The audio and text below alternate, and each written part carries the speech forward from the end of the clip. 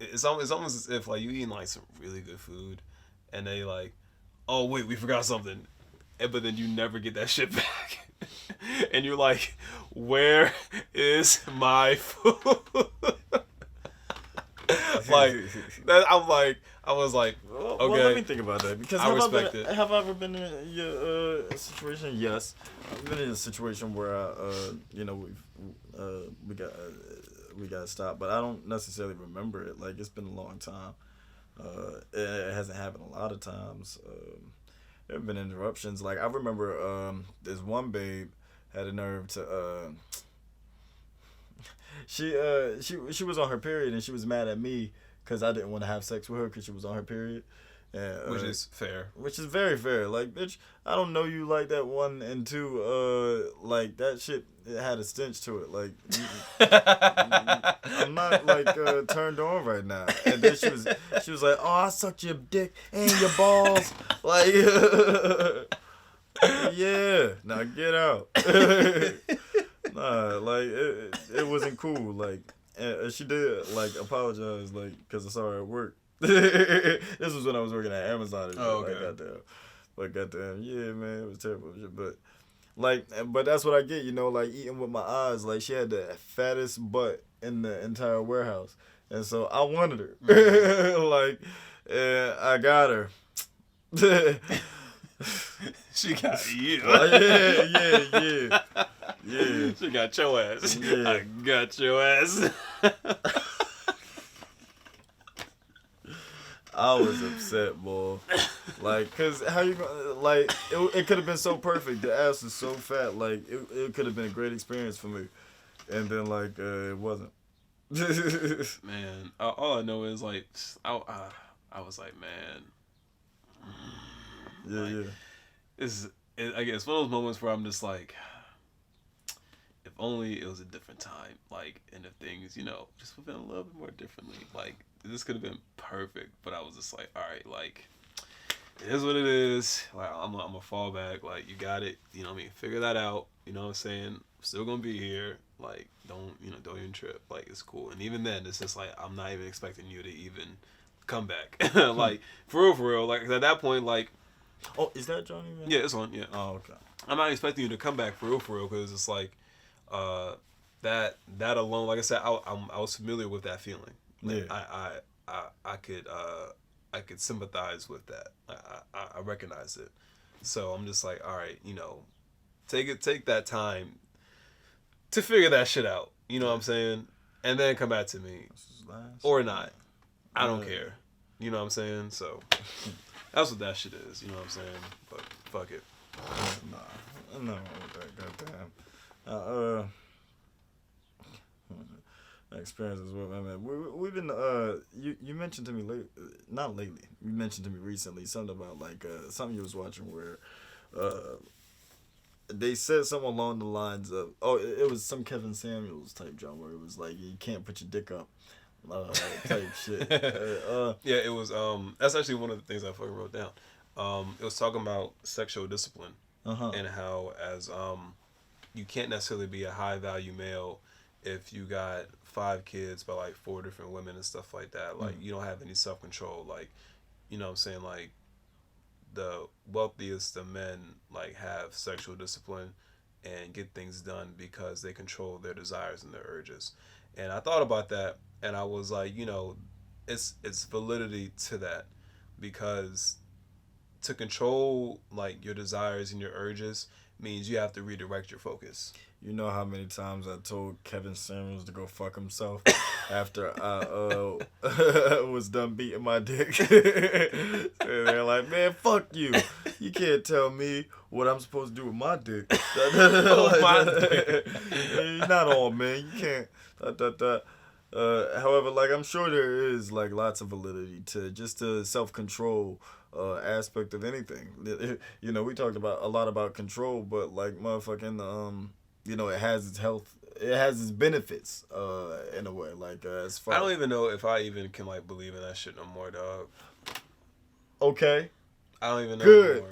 Good. All right, we on to something. Cause I was sitting there and like I think this was this morning, like motherfucking and I was just like, dog, like, it's the same concept I told you about, like, just like the whole internet gurus thing, and like what's working on the millennials and shit these days, and it's just another form of Gary V, you know, and motherfucking, I'm just I caught myself fed up with men making a career of telling men how to be men, and I was just like, I'm my own man. Like, if I want to beat my dick and fuck a bitch, I'm gonna do that. I think you misunderstood me.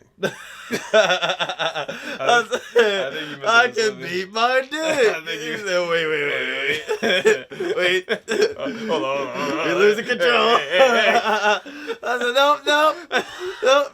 No fab is over. I was saying, I don't necessarily think I believe in that it is as healthy as to like beat and like consume and divulge yourself in that way. I don't believe it's that that healthy to do.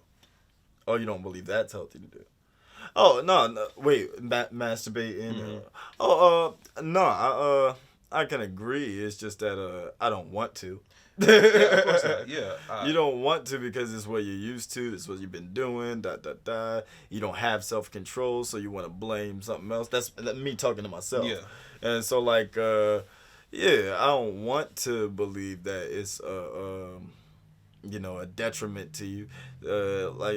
But why else do I feel bummy when I got cum all over my stomach?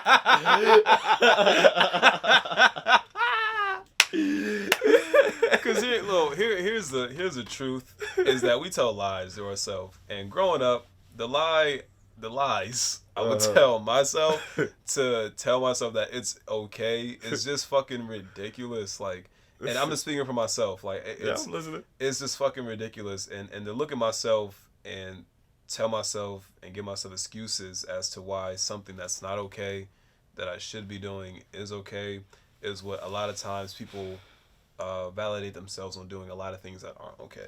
Here have been, if we're qualifying them as such, here have been my excuses. I find that like beating my, Lil Wayne had the bar. As soon as I come to my senses. It's just that. Sometimes I'm ready to make a decision with my dick that I didn't send that to my top head first. Mm-hmm. And so motherfucking a lot of times I'll be just so horny that I'll be stuck in making horny decisions. And then put myself in a position I ain't even want to be in. But like that has to do with that discipline. That's where that discipline part comes in. You made the analogy of the gym earlier, and it's just as so. You need that resistance, which is the horny, the feeling. You need that resistance so that you would, having some kind of discipline. You need something to be disciplined against. Yeah. You know what I mean? Yeah. And I think that's the man's natural form of finding solace and discipline in himself. Once you master getting your putting your dick away, then putting your dick up. Then I'm pretty sure that the focus is very sharp. I was just watching Dave Chappelle on Joe Rogan, and he was talking about how Gandhi would torture himself by going to bed with like young women in his bed. And he would not have sex with them. He bullshit. Gandhi had no video cameras back then. He said, I didn't. He was the real R. Kelly.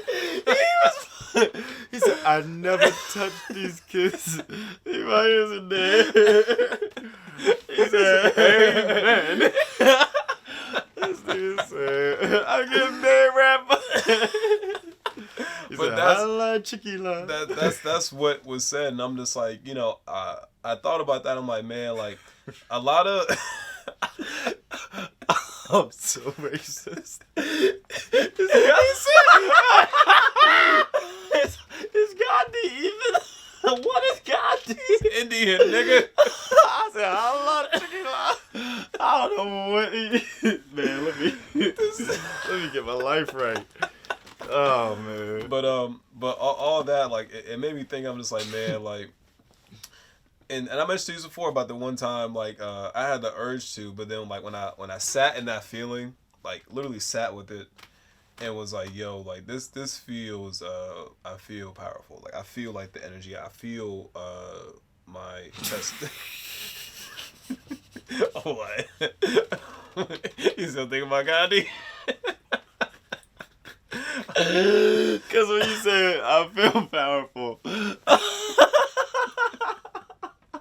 I was like, I just saw myself peeing my dick. And I was like, I felt powerless.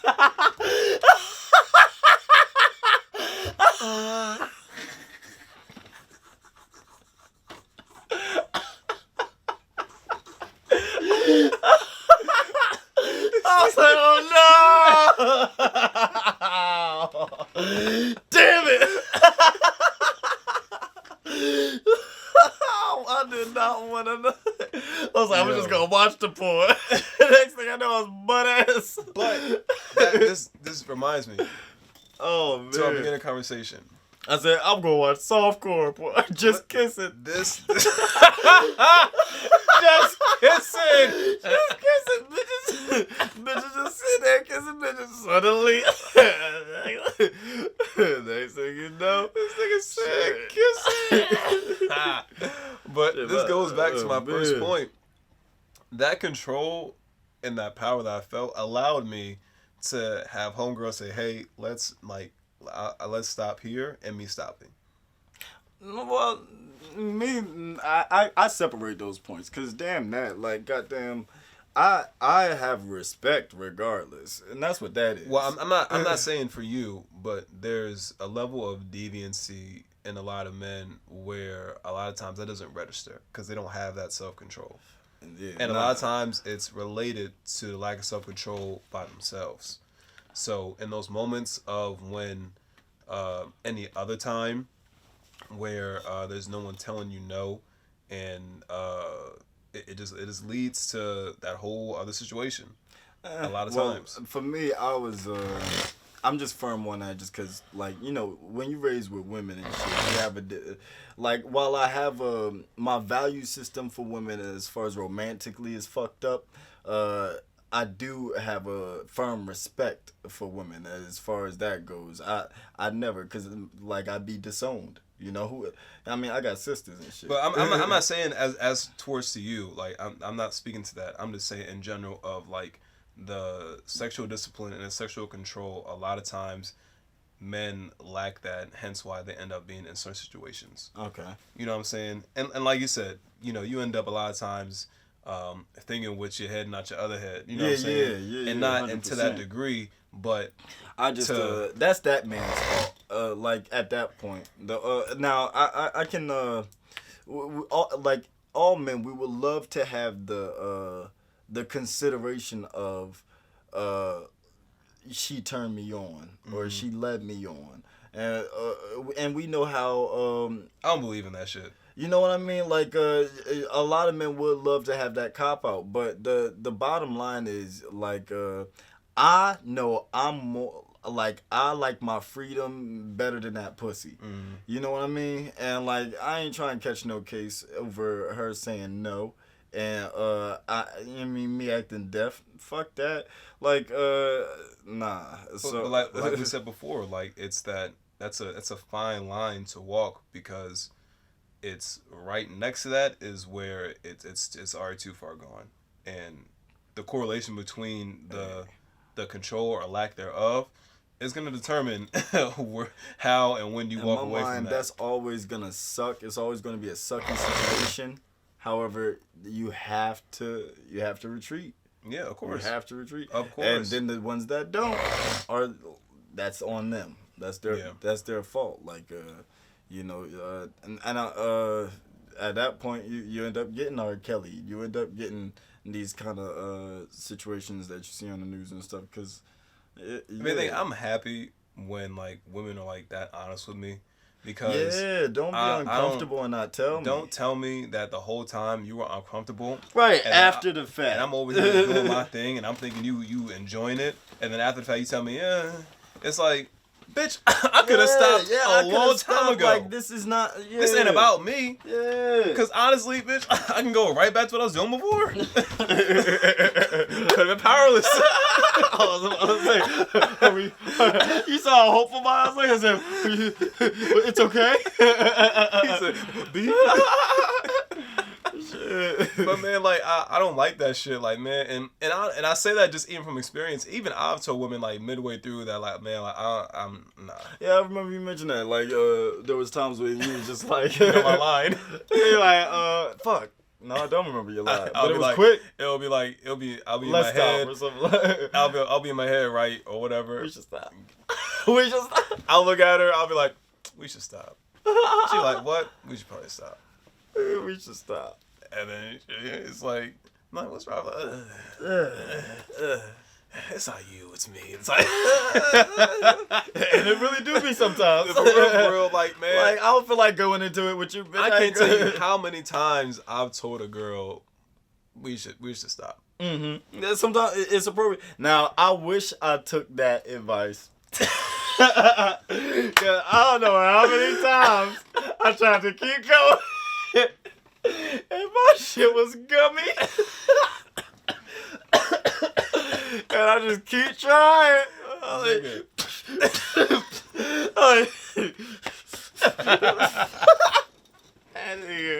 You like shit, come on, man. I'm like, man. It's been so many times, like I just be like, all right, like we should probably stop. Or even better, what I've come to even like notice sometimes, because now I'm analyzing.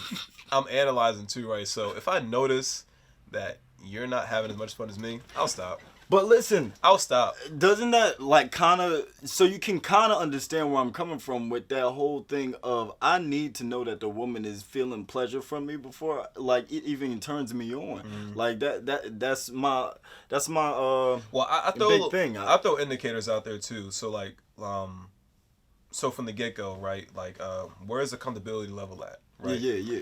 If we're comfortable getting into it, all right, cool. First step, boom. We're into it now.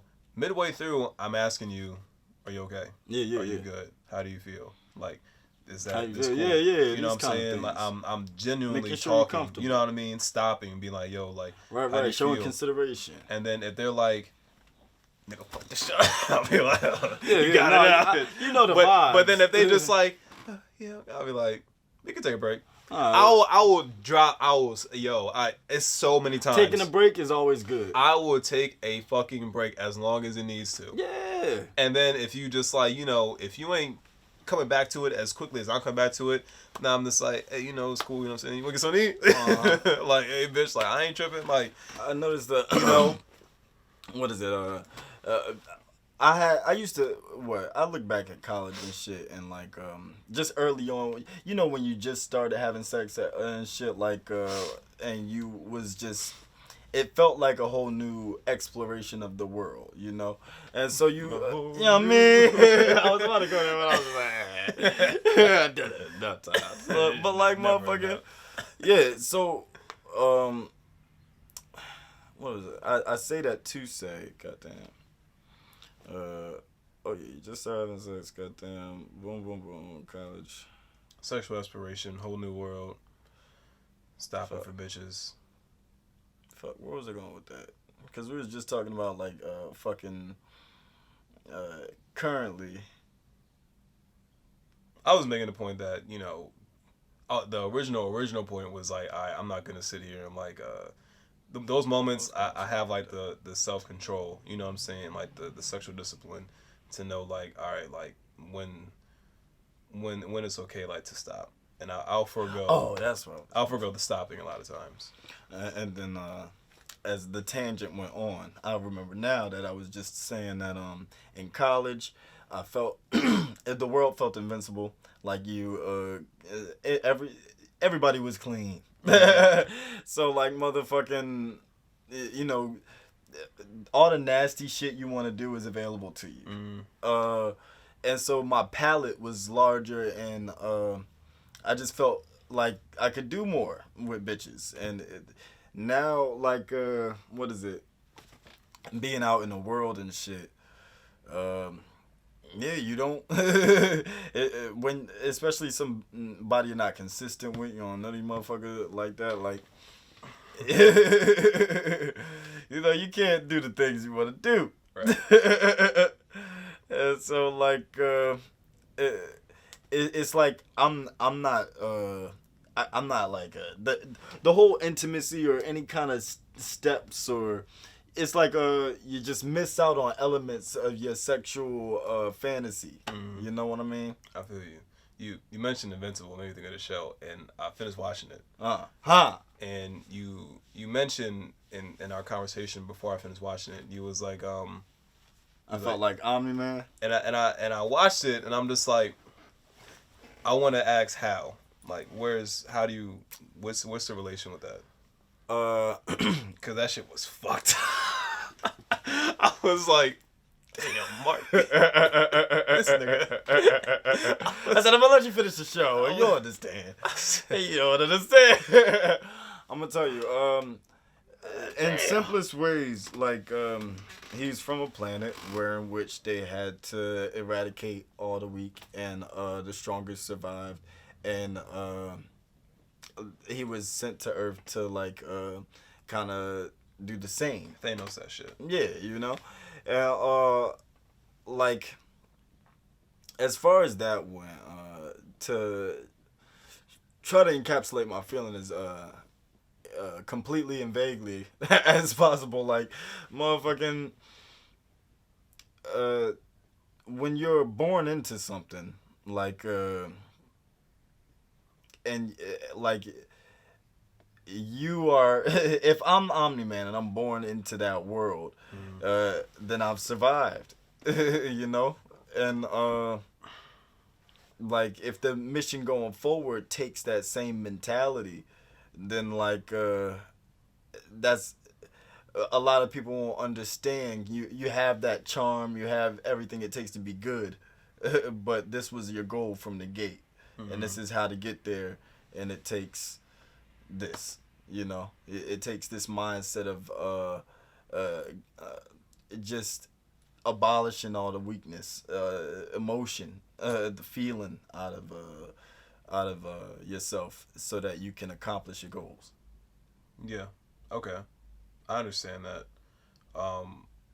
So then my next it was a scene when, like, they play, like, his flashback, whatever, when, like, Mark was playing baseball and shit like that. Yeah. And he was, like, being a hard ass, and, like, his wife was like, oh, come on, like, you know what I'm saying? Like, this is fun. Like, he's doing great, this type of thing.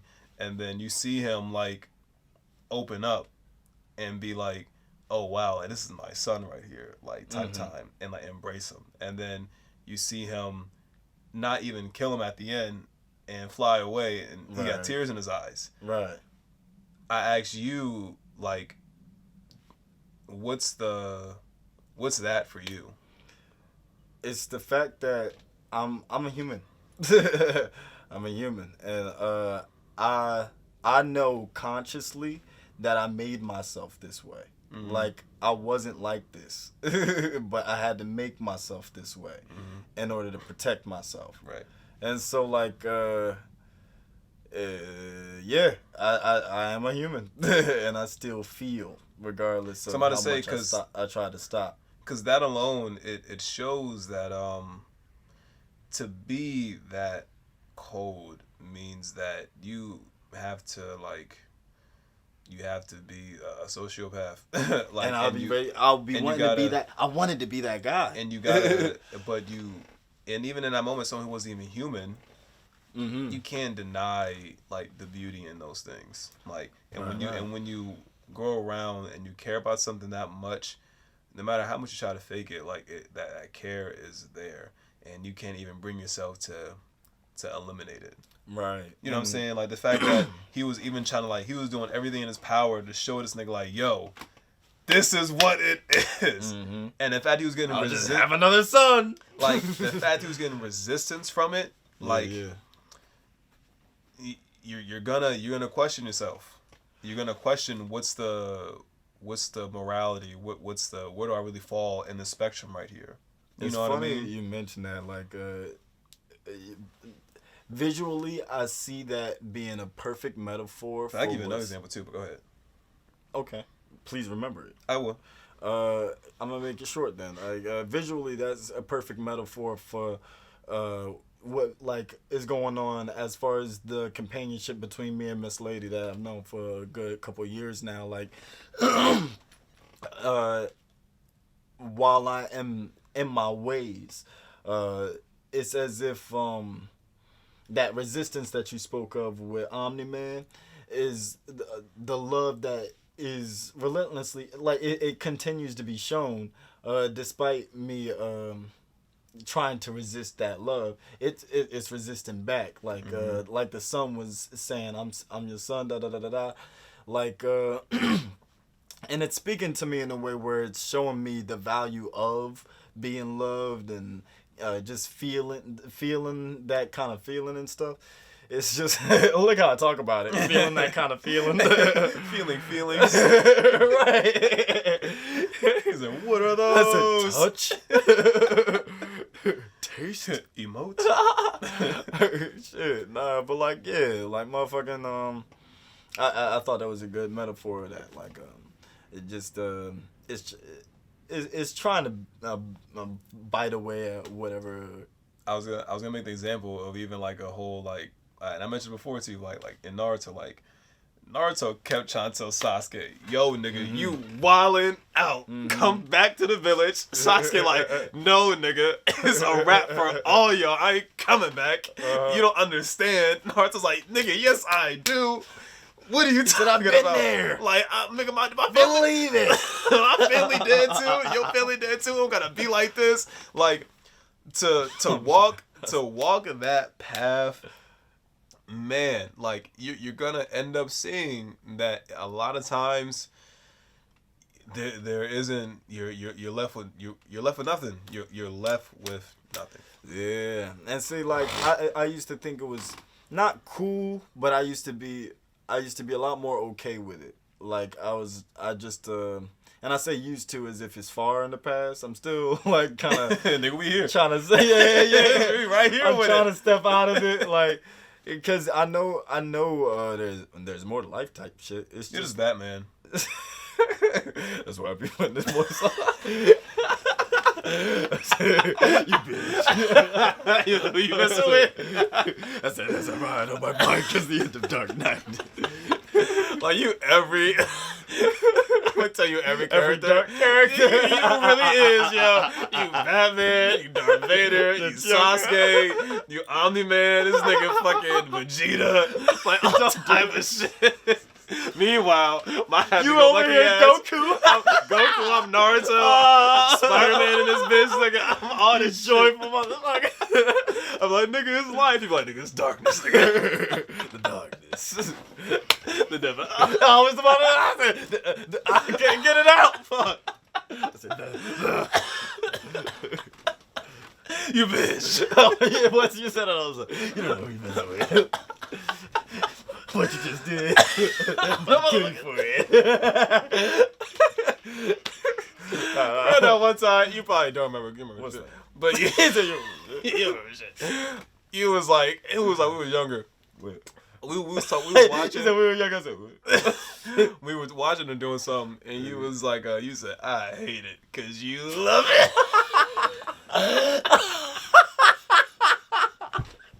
This nigga said, I hate it because you love it. I ain't never heard no shit like that about. I was like, this is a maniacal motherfucker right here. So this nigga don't like nothing. Shit. That's funny. I hate it because you love it. I hate shit. That shit was so funny, yo. Stupid. Oh my god, son. Nigga, I could. Now that I think about it, I could definitely see you as those characters. Like just more. Yeah, you're more open to being human. Like you're not trying to cut off your emotions and stuff. You're okay with feeling and knowing that it's part of your power, as opposed to here's a better example to Omni Man, which is probably a little bit more like a little bit more real. What's that? Is Vegeta. He's from this alien race. Okay. Extremely dominant, right? Went around being the powerful, race of the Saiyans and everything. Right. Comes to Earth to wipe that shit out. Meets a nigga. Does not accomplish that goal. Mm-hmm. And years later is indoctrinated into Earth society. Has a child. Has a son specifically. And starts to slowly shed that shell of this the Saiyan prince to the father. So what are you saying? It's gonna take a son specifically for me to change my. I'm gonna have to love another form of. It's gonna be something where you're gonna have to look outside of yourself and give a fuck about. Yeah. The same, and another nigga, Sasuke. He had a daughter. He had, what I'm saying, nigga, stone cold as fuck, but he gives a fuck because he has a daughter in this world, and it's less to do with the child, more so again, what you care about the most. That's gonna give you the sense that everything isn't so bleak. I've also been very aware of just that your life isn't about you anymore when you have kids and stuff. So that was I see if that's the remedy. I'm never gonna. No, that's what I'm saying. I'm never gonna be. Yeah. I'm never gonna be healed. That's what I'm saying though. That doesn't even have to be the remedy. But you have to, like you said, it has to be something outside of yourself. That's just the examples that are playing throughout these stories. Right. And I was making a joke off of it. Yeah. But if we're being serious, then outside of me, I have to find something important. We mentioned earlier,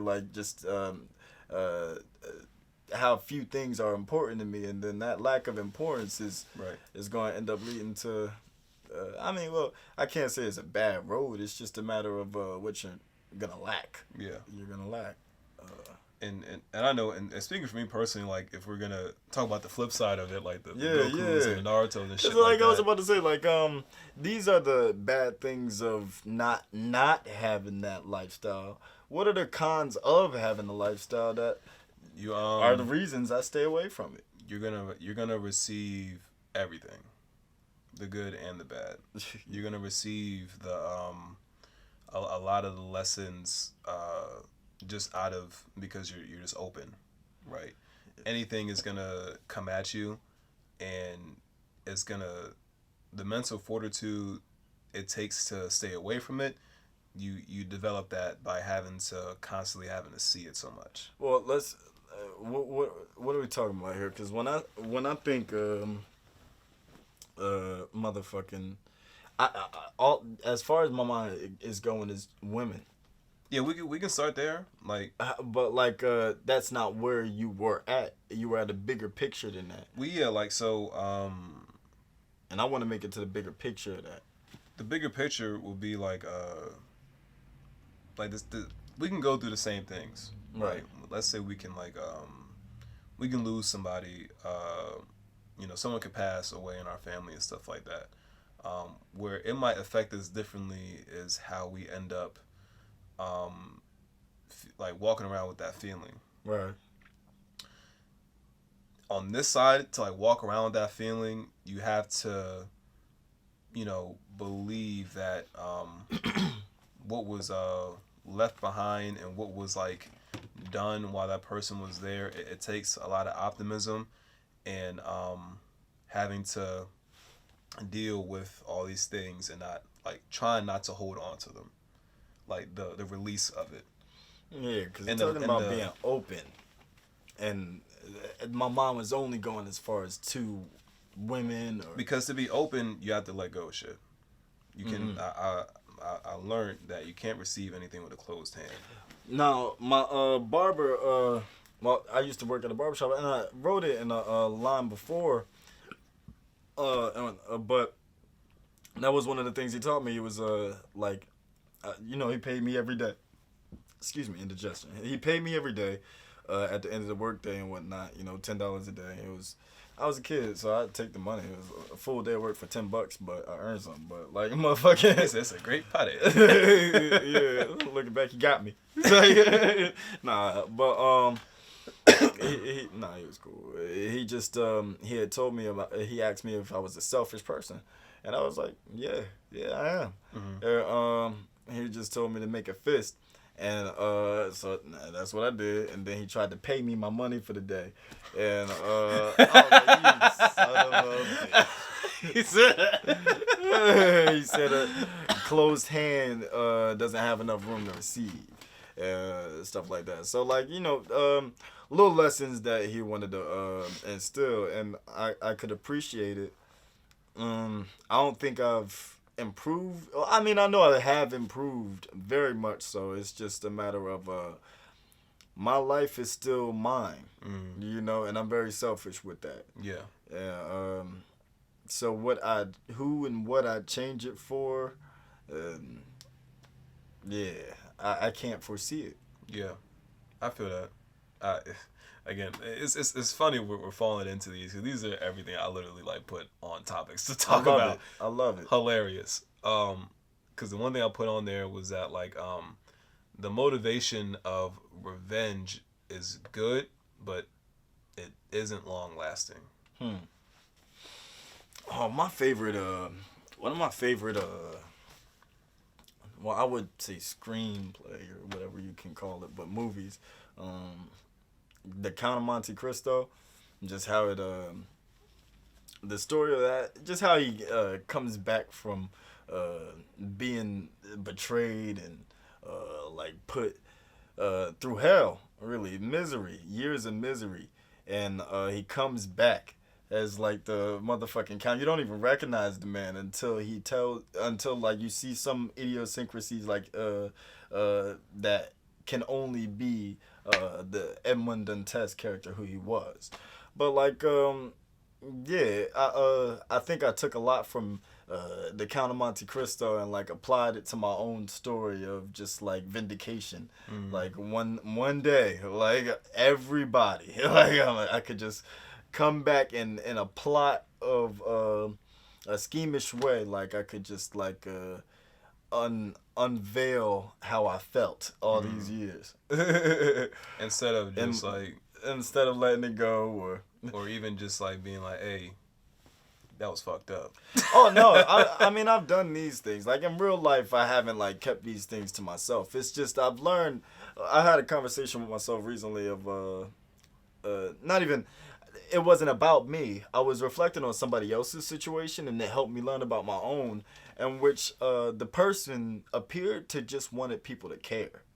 You know, it was like a attention-seeking behavior that the person had, and like I believe him to be somebody who just wants somebody to care, and then it made me reflect on my own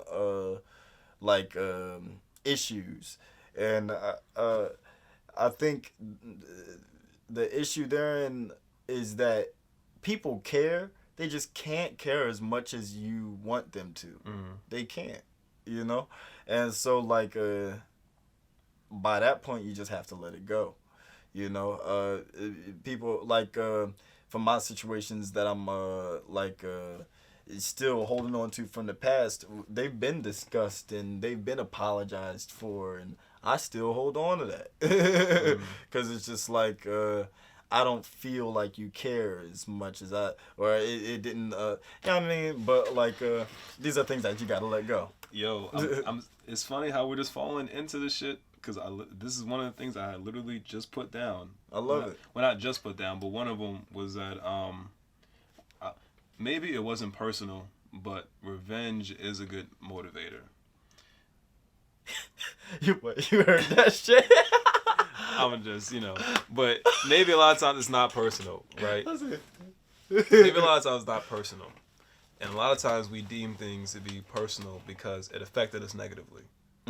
But if we take a moment to forgive and to, like, understand, like, all right, maybe it wasn't like that. like that brief thought, like maybe it wasn't necessarily like that, and to withdraw those feelings, you feel lighter. And you know what, too? I never have gone to the maybe. I won't say never. However, I rarely go to the maybe it wasn't like that thought. I always accept that it was what it was. It was like that.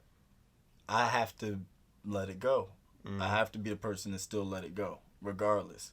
Because whether it wasn't like that or it was, it still isn't good for me to hold on to. I'm aware of these things. It's just practicing. In practice, it's it moves through your behavior more than it moves through your words. And so like being aware of it is half the battle, and the rest of it is really fighting yourself. Right. So, because don't get me wrong, there are times, and this is where I have to learn that is a lot of times it is personal. Yeah. There's a good amount of times where it is personal, and that's when I have to like really try my hardest to comprehend that side, because I'm used to comprehending maybe it wasn't that personal, and then when I figure it out and it really wasn't, then I'm just like, oh, okay, it's cool then.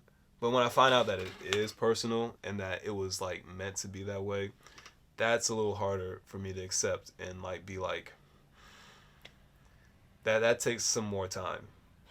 Because then I have to regroup and gather and be like, damn, like what's the next step of action at this point? Yeah. From here. Almost like in Hunters when Homeboy was like, who am I if I don't do this? Like, because at that point, if it wasn't personal, then you don't have to react.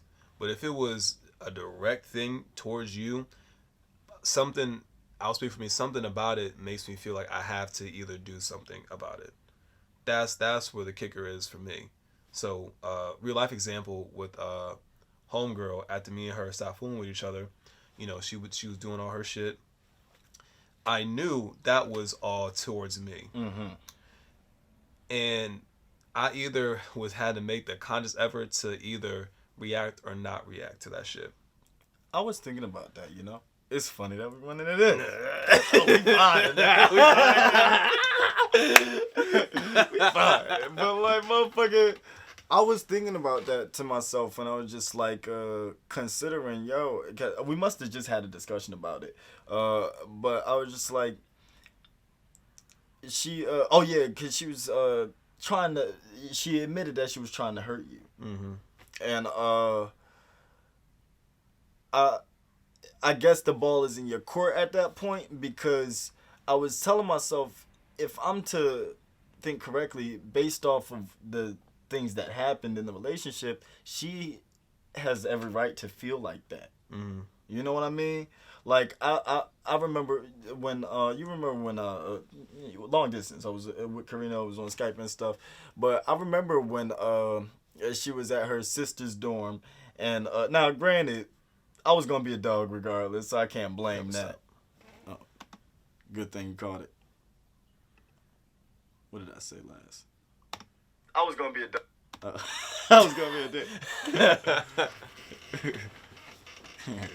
But granted, I was going to be a dog regardless, is what I was saying. But when she had done the whole thing of just things that I felt like hurt me or made me feel away, I felt that much more for the rest of the relationship. I wanted her to feel like I did. But that's different though, because it's not. No. But here's the difference though. Like you said, for the context in which I was functioning in, right? Sure, you can react however you want to react. I'm not saying that. Take how you ever want to fucking take it. But it's the intention. My intentions were never to purposefully go out my way to deliberately and objectively hurt you or in any capacity. That just so happened to be what it was. However, the difference turns where you go out your way to try to make me like react and try to get a rise out of me. That's the difference. So to remove my personal feelings out of it, if I go on my way to like, hold on, before we move, the difference being maybe what you felt like.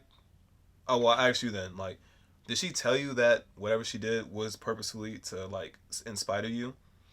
Right. That's what I was saying. That there's no difference because I don't think she was trying to spite me. I don't think she was trying to spite me. I think I felt spited. And that's the difference. But not you're Karina in this situation. Well, I'm names, whatever. You're her in this situation. Like, you did something, and then the partner did something back. That like they want you to hurt because you hurt them. Mm-hmm.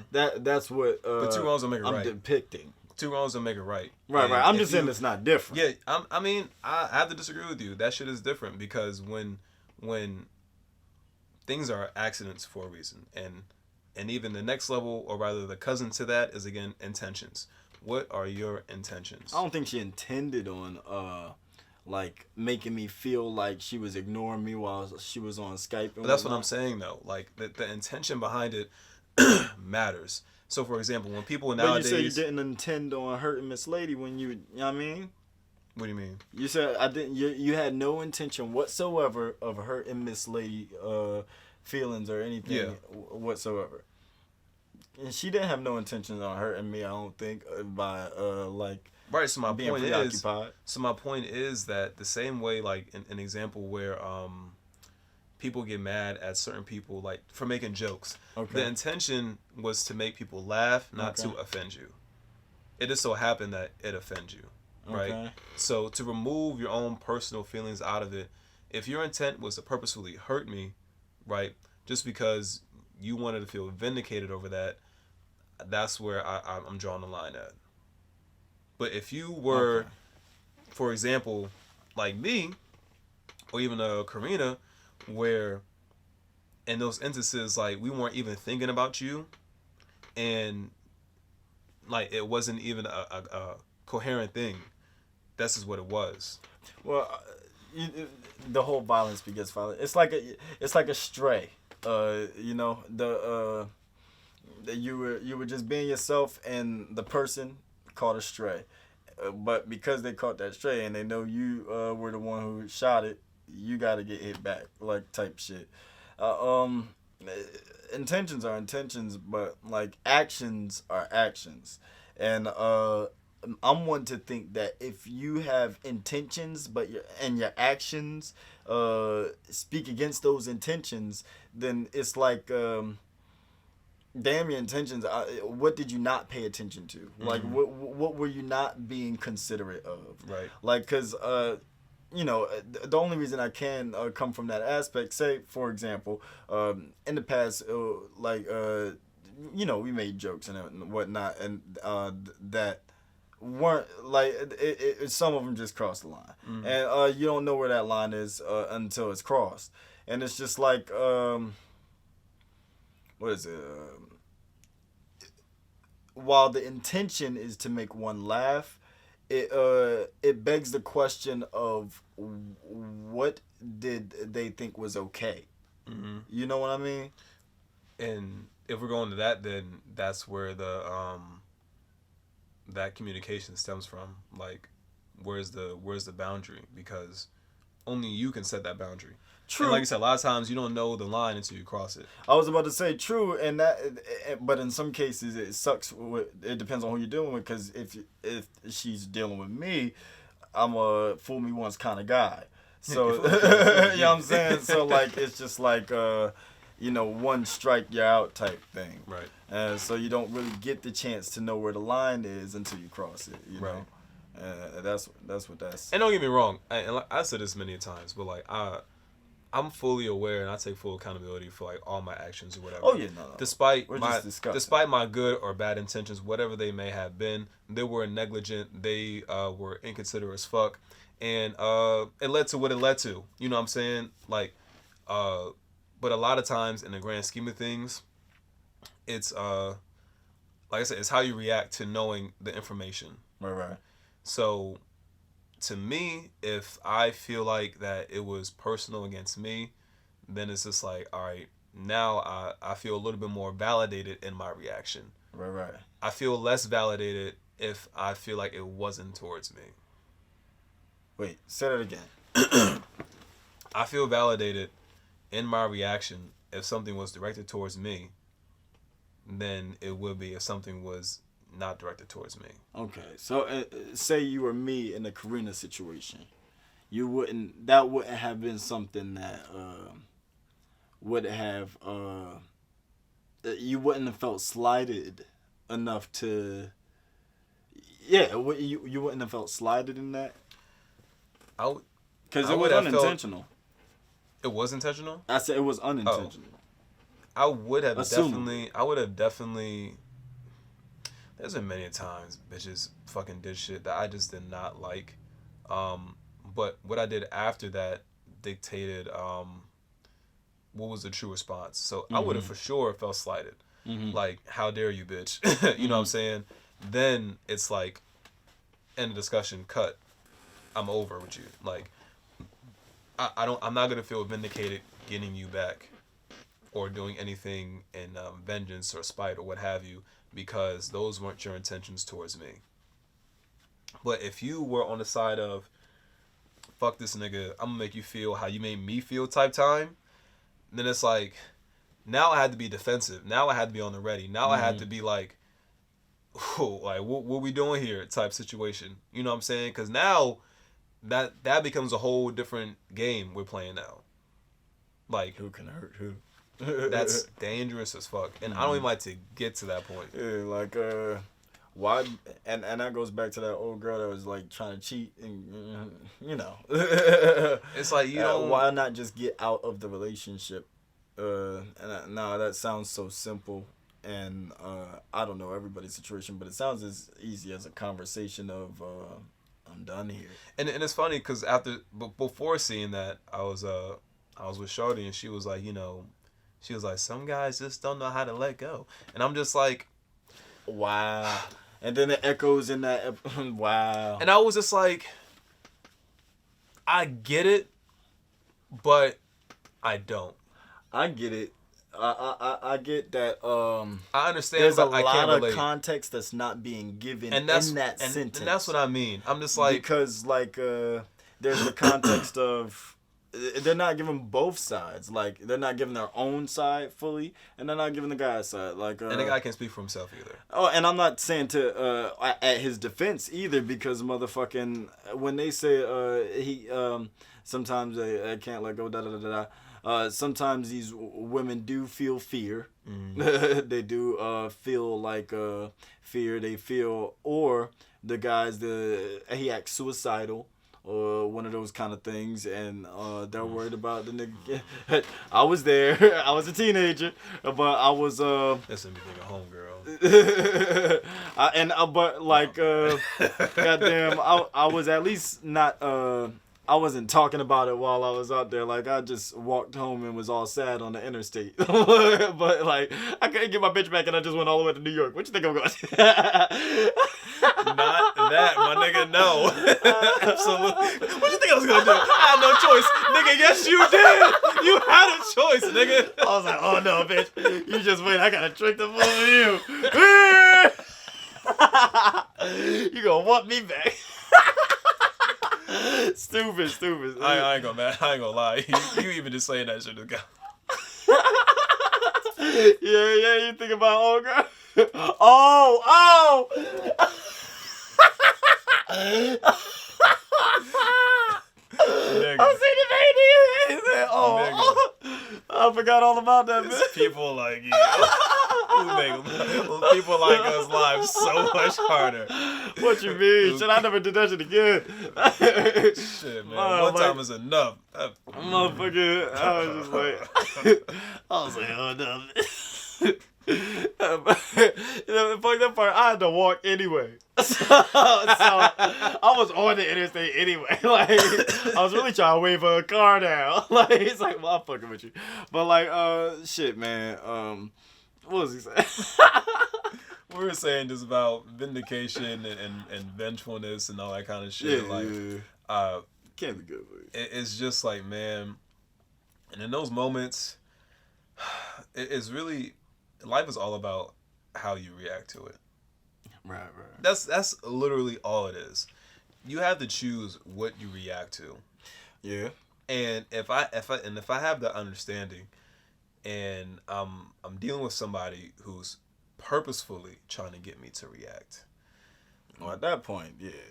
Then it's like, it's the fool me twice. Now it's the for me at least. And I say fool me twice because you're still with them at that point. Yeah. Well, at that point, you made a decision. That's the reaction. You decide whether or not you want to deal with that anymore. Right. You know, so when you understand that they were always trying to get a rise, but not always, but at a certain point trying to get a rise out of you, you have to either make the choice, and this comes back to the control and me not wanting to be controlled. Like, you're trying to control me to react to your bullshit, so my reaction is to rebel. So I'm not gonna react. I'm gonna remove myself. Right. Go be mad at yourself. Go do all that shit. You know what I'm saying? And you know, that was my attempt. My mind's mature enough to do that now. I wish I was there when I was that teenager on a computer talking to a girl miles away. And I made the attempt, you know what I'm saying? But, you know, you get, like I said earlier, you run the risk, because when you're open, you run the risk of people knowing that you're open and sometimes, like, trying to take advantage of that. Hence the not wanting to let go and doing certain things to try to keep you around. That's where it's like, where they know that you're gonna, you can trying to pull on your heartstrings. You can shell yourself out more for that, because they know that you're not totally, like, heartless. You know what I'm saying? And but then it's shit like that though, where you begin to slowly be a little bit more heartless, because then it's just like me. I'm already at that part where I told Miss Lady, like, long time ago. She reminds me to this day that she remembers, but like motherfucking, I leave a space, a good space in my heart for just, you know what I mean, not caring about shit. Like, I could, like, it's so that if anything happens, if anything changes, if anything goes down, it's as if I never care. You know what I mean? Right. Like, because ultimately, like, you know, all these things are defense mechanisms, ultimately. But, like, yeah, you reserve judgment, basically, because time will tell. Time always tells, better than you can. Right. It was funny how we just, like, touched on all these shits, and I literally, like, had it all, like, just right there. Like, naturally. You know what I mean? Like, it's just crazy how that shit falls into, you know. It makes me, like I said before, man, like, when you think back to, like, where we started to, like, now. What story are you talking about, though? From us being, like, cool up until now. Oh, like, okay. I thought you was talking about, like, starting the pod.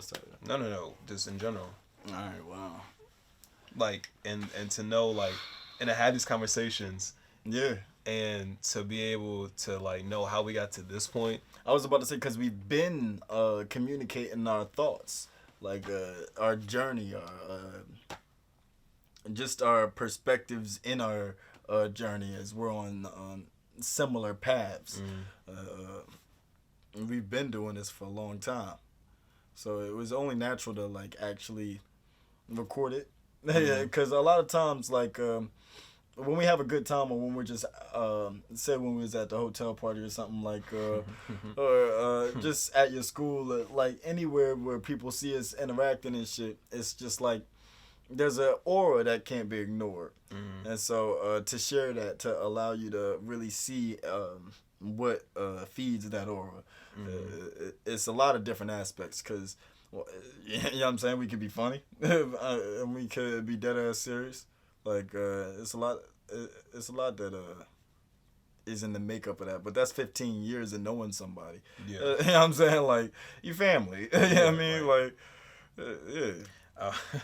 I was watching something the other day, and it made me think about what happened a few weeks ago. He was talking about, he was like, looks matter just as much it does for men as it does for women, right? And a lot of times, well, all the time, looks are going to get you in the door, right? And Tinder is a perfect example of that because it's just your looks on Tinder and nothing else, right? That's what gets your foot in the door. That's what's gonna keep women around longer.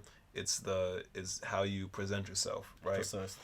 And it made me think when we was out taking our pictures, and then we ran into the shorties or whatever, and then homegirl was like, "I got a boyfriend." And then you want a homegirl, the other bitch, and she was digging you. But I was talking to her, I ain't getting none of that shit. You know what I mean? And I think about moments like that. I'm just like, man, like, that's what keeps the game. That's what keeps it a level playing field. Yeah. Because what you might do for a bitch, she might not get it from me. And what I might do for a bitch, like, you know what I mean? Like it differs, you know what I'm saying? Yeah. And I think that alone, like, that gives me solace in the fact that I don't have to be every man. I don't gotta be every nigga. I don't have to be this image of what a bitch wants a nigga to be. I'm gonna be me. You know what I'm saying? Right. Like, to the best of my ability, and because I already know, like, you're not gonna I'm not gonna tickle every bitch fancy like that. Like, you ain't about to. That's not what it is. For me, I found myself like, and of course, I'm comfortable being myself. It's like, the natural inclination of getting around somebody that you've known. Like when you're in a lane, I'm seeing that lane from like the side. Basically, like, say in your life now, you're fresh out. It's not fresh out, but the wounds are still fresh as far as relationships are concerned. I'm fresh. But like, like, goddamn, you gotta recomplete your Rolodex. Yeah. And so, like, motherfucking, I'm in a totally different stage in my life where it's not as if relationships are my focus. Like, I should be less focused in the area of such things and, like, really honing in on, like, the things that, like, we were discussing are important to me and cultivating more of that. However, I found myself getting distracted by my own desire to feel that same ego boost. And so, like, I tend to like, just like when we was kids or we would go on Omegle or some shit, like, I tend to find myself leaning towards doing what I, like, would not do if I didn't allow myself to be influenced. Because it's nobody's fault but mine. It's just a matter of control. And I think I control I try to control a lot of things, and the one thing I can't control is myself. I have a lack of self-control in a lot of different areas, and I allow it, like, because you can only allow self-control. Like, your hand isn't forcing itself to beat your dick. Like, you're beating your own dick. It's not you. It's not anybody else. It's not a ghost. You know what I'm saying? I swear I'm trying to stop it. No. Stop. Nah, nigga. Like, it's me every time. It's me every time. And so, like, motherfucking, I keep it a bean. Like, yeah, man, just learning to. Shit, you see your boy getting bitches, and you just like, man, I can get bitches too. But that's the thing, though. Like, it's all right. So boom, right there, right. How you just said, rather. You look at my lane, and you might desire that same ego boost, right? There's been many a times, and I, like I said earlier, like, I've tried to emulate or drive in that same lane, right? and experience those like same kind of things. But then you kind of, again, you just realize what's for you, and what's not for you. Because I be skipping steps when I try to get the bad bitches and shit, like the date scenes and all that kind of stuff. I be skipping steps because I don't have the patience. And that's where I realized the difference. The reason you can do those things is because you have more patience than me. And that patience bleeds into a lot of different aspects of your life. You're able to have more fun with things when you're more patient. You know, like fun. This nigga said, "Nigga, I flunked recess because I don't play." You know, like, goddamn, like, because I don't play. That shit. That was one of the funniest shit. I forgot what that was on. That was, shit. I forgot what, nigga, I flunked recess because I don't play. What the fuck was that on? It was one of the parody jaws. I think it was a Ninja Turtles, something like that. It was something. It was a parody for sure. Nigga, I flunked recess because I don't play. Oh my god, that was funny as shit. He had that. That's like, but yeah, that's some crazy shit to say. It is. Nigga, I flunked recess because I don't play. I love that. I love that shit. Who said that shit? Like, you're a genius. That shit is legendary, yo. That's some legendary shit. Yeah, man. Nah. Fun. Like, you got that. So, like, yeah. You're right about being aware of what works for you. Yeah, like, it's okay to even want. It's okay to even want that those experiences, because it's what you see. You want to try it out, and again, like I mentioned earlier, was this like, you know, you learn that what's right for you and what's not for you, right? And what's gonna work for you, just because, like, you know what you don't like, you know what you potentially can't even do, right? And it benefits you more because you won't waste your time thinking about it because you tried it. Hold on. Now, don't limit me. Potentially can't even do. What you talking about? I'm not. I'm not saying that in a way like you can't do it. I'm saying that like you said, a lot of times we don't have the capacity to do certain things a lot of people do that is natural to them. Right. Like I would say that the patience is. They talked about this on another thing I was watching about, like how there's a certain tenacity you have to be an MMA fighter or a boxer or any sort of like fighting sport. It takes a certain tenacity to get hit in the face and to be like, let's do that. Like, I like that.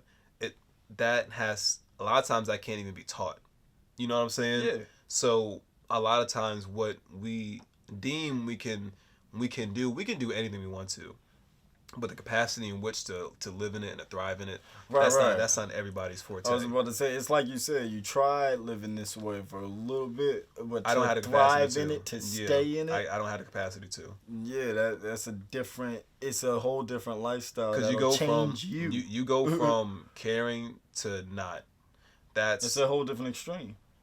If I'm and this is honesty for me right here, that alone, like doing that, empties you. Some of like the darkest like things I had in my head and like in my heart, like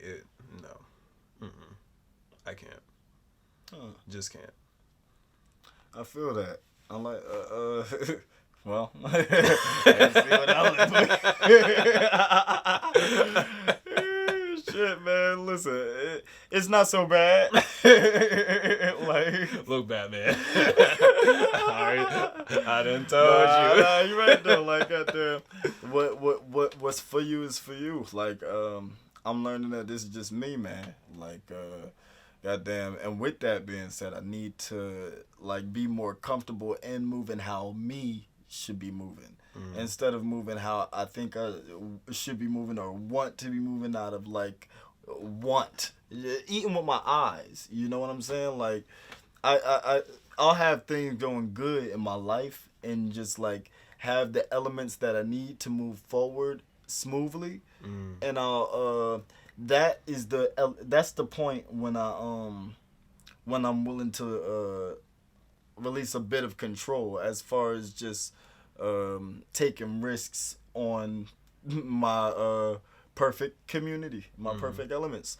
Like, Sometimes I just be like, man, I can do what I want, and it shouldn't change anything that I've built. Yeah, I feel that. It might. Yeah, that's the risk of doing what you want. Like you run the risk of affecting other things in your life. You know what I mean? It's frustrating. Yeah, yeah. It's fucking frustrating. And even it's kind of an oxymoron. I know what you're supposed to. It's a little bit of an oxymoron, but there is a degree of control in not having control, or like letting go. Speak to it. So you control the fact that you're letting shit go, or that things are just out of your hands, and you're gonna let shit be what it is. Mm-hmm. That takes self-control in itself, to not want to be like everything must be. You know what I mean? But when I speak to that, I'm really speaking to the nights where I'm like, fuck it, let me find a bitch. That's what I'm saying though. Like, it takes control to be like, I don't even need a lot. I don't need like certain things. Right, and I guess because you said it's a certain control and letting go.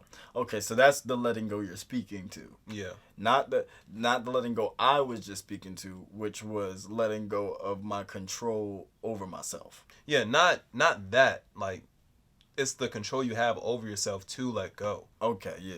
That I can agree with that. You can be out of control with control. Yeah. If that makes any sense. Too much of anything good type thing. Yeah, like the dictators are out of control. Mm-hmm. Because they're controlling. Mm-hmm. They don't let society underneath a dictatorship usually isn't that great. Usually. I mean, what is it? That one babe that escaped is it North Korea? Yeah. She was just talking about how if she was stuck in the mindset that if she could just get free potatoes and he wouldn't kill her, she would go back. Just cause how the when you have nothing to go off of as far as what's to off. Oh yeah, when you're so used to being told what to do, freedom is scary. It's like you don't know what to do with freedom. Is a lot of times that goes back to even like slavery. Mm-hmm. Slaves didn't even leave the plantations when slavery was abolished because they didn't know no other life besides being a slave. Right. They didn't desire freedom because they had that Stockholm syndrome. Like my master is my caretaker. Right. But your master is your murderer. It's your jail. It's not that. You know what I'm saying? Right. And that goes back to even abusive relationships. Like that control is not control. It's fear. Yeah. It's fear. Like that the urge to like control that and overly dominate and instill fear in somebody. Mm-hmm. Like it's fear in yourself. Like you have to remove that, because at that point when you're so used to living in that, of course freedom is going to be scary. Of course you're not going to know about it. Of course it's going to be like, no, it's safer over here where shit is like this. Mm-hmm. But in reality it's like, yeah, but you're not growing, you're not like living, you're not experiencing. Like you gotta step outside of that shit. That's like the story of every successful movie ever. Like that's Luke Skywalker, that's fucking anything. You know what I mean? They step out into a whole new world from their ordinary world, experience, come back around, and they're better. Like they've gone through the shits. You're about to experience a whole new world. You move into an apartment soon, man. Outside of the state, like right down the street. It's like right down the street. I see where you're going. You know I'm saying, like, ain't that big of a deal, but I feel you. You're right. It's like at least the journey by your lonesome. Mm-hmm. Like really getting that same amount of, not necessarily the same amount of time alone, just getting the opportunity to be like in that space and kind of stuck there sometimes. Like sometimes there ain't nobody. How do you feel going into that? Like I did everything. I have no expectations. Bet.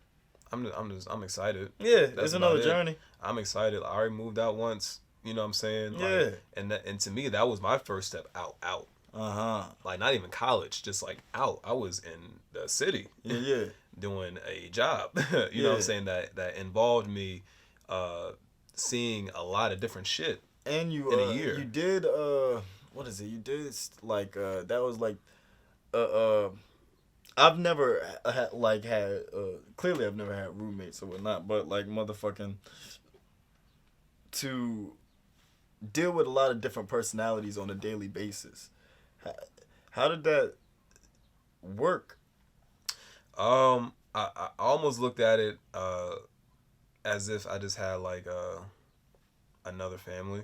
Yeah. Because I was already used to living with people, so it was just like I kind of felt like because in a stereotypical nucleus household, everyone has a role they play, whether it's consciously or subconsciously. So subconsciously, I was looking to fall into a role that everyone else was already playing their roles, right? We had our manager living with us. That was his role. I was living with my leader. That was his role. You know what I'm saying? Living with a guy who was on my team too. Like it was that. You know what I mean? Yeah. And it wasn't like no one was like competing or like trying to do anything extra, but it was the fact that what's your identity when you're here? What's your identity when you're away from home? What's your identity when you're like having to maneuver throughout this new world that you've entered into? So to that point, I say like in this experience now that I'm about to go into, like it's the identity of it for me. Like who, or rather what is it I'm gonna become after I've done this transition? Because I'm definitely not the same nigga I was leaving home and coming back. Right. And that year alone, like definitely not. So I can't imagine what that is even gonna be on this scale. You know what I'm saying? Yeah. So I don't know. In my it's up to like I finally started that book that I got to borrow because motherfucking I found myself not doing anything with the time, and I was just like, let me feed my mind, because I was looking for something on YouTube to feed my mind with, and when I had a book this whole time, someone as well. But I say that to say, like, you know, being in door to door and having that office of people who are grooming your mind every day out of the week, except maybe some weeks every day, you bear the responsibility of growth for yourself, and because in my experience, like the most growth I've experienced was when I was networking with people at a higher plateau than myself, or who could just teach me things that I didn't know before, and so goddamn, I say that to say my growth, I feel, has been stagnated by my own lack of discipline. Speak to that. I just started reading that book. I've had it for weeks. Like, I'm not in door to door anymore, so I don't have those elements telling me to do these things and that. However, those things that I should be doing still exist. And you know, falling behind on those customs and just a lot of growth aspects. You know, I've seen areas in my life where I accelerated faster, and then there's areas in my life where I've been at a slow drag, all because of that inconsistency. And so I know you have been far more disciplined than myself, and so I brought that in because when you said you don't know who or what you'll be when you move into this new apartment, I brought that I brought what I said in to say, like, definitely continue to you already stay on top of your shit, but it's like you'll be if you the growth in which you'll be on a much faster pace if you're focused. Like the simplest way I could put it. Like if you stay on your like you are on your shit right now. Stay there and do it even better or keep getting better. And that same acceleration that we felt, you won't feel like you're slowed down just because you're working here and like all you're doing is making money towards your bills and not making headway towards your goals. You know what I mean? Like, cause yeah, and in my space right now, like, I feel like what is it? There's a lot of elements missing. A lot of skill sets that could be applied that just take work and study that haven't been put into place. And that's gonna stagnate your journey if you don't cultivate your own mind. I'm speaking to myself. But even to that, like you said, in door to door, they're cultivating you into something, but it's that cultivation that showed me what I was lacking, and to like apply those things right outside of that shit. So like and to not being fully aware of like where or what I would necessarily be once I leave. I've been of this mindset lately that crossing thresholds, right? Right. I'm always gonna be me, but it's always gonna be a new version of me. You know what I mean? Okay. Just certain things just become a little bit different every time. Okay, so we could wipe what because what I said just now is like it's a warning that I heeded unnecessarily because it was really me speaking to myself in a hindsight kind of way. Right. Like knowing where I got myself now based off my actions then. Right. They have my experiences are mine, and I really. Yeah, they don't have anything to do with your journey. But there's validity to that, though. There's validity to it, however, you're a different person. Like, you read much more than I do. It's that simple. You know what I mean? But even to that, though, it's like, it's worth noting even the fact that you can look in hindsight and know, like, what these things are. Right. It's the fact that you know what these things are. Like just kind of peeping that you did this. So to speak into it, like it gratifies me more because it's gonna allow me to at least know what to expect. If I would to expect something, it'll be that. Yeah. You know what I mean? Like I'll receive all that. I just I don't like how it sounds to me. Assuming that you run into these pitfalls as if you were of the same mind as myself.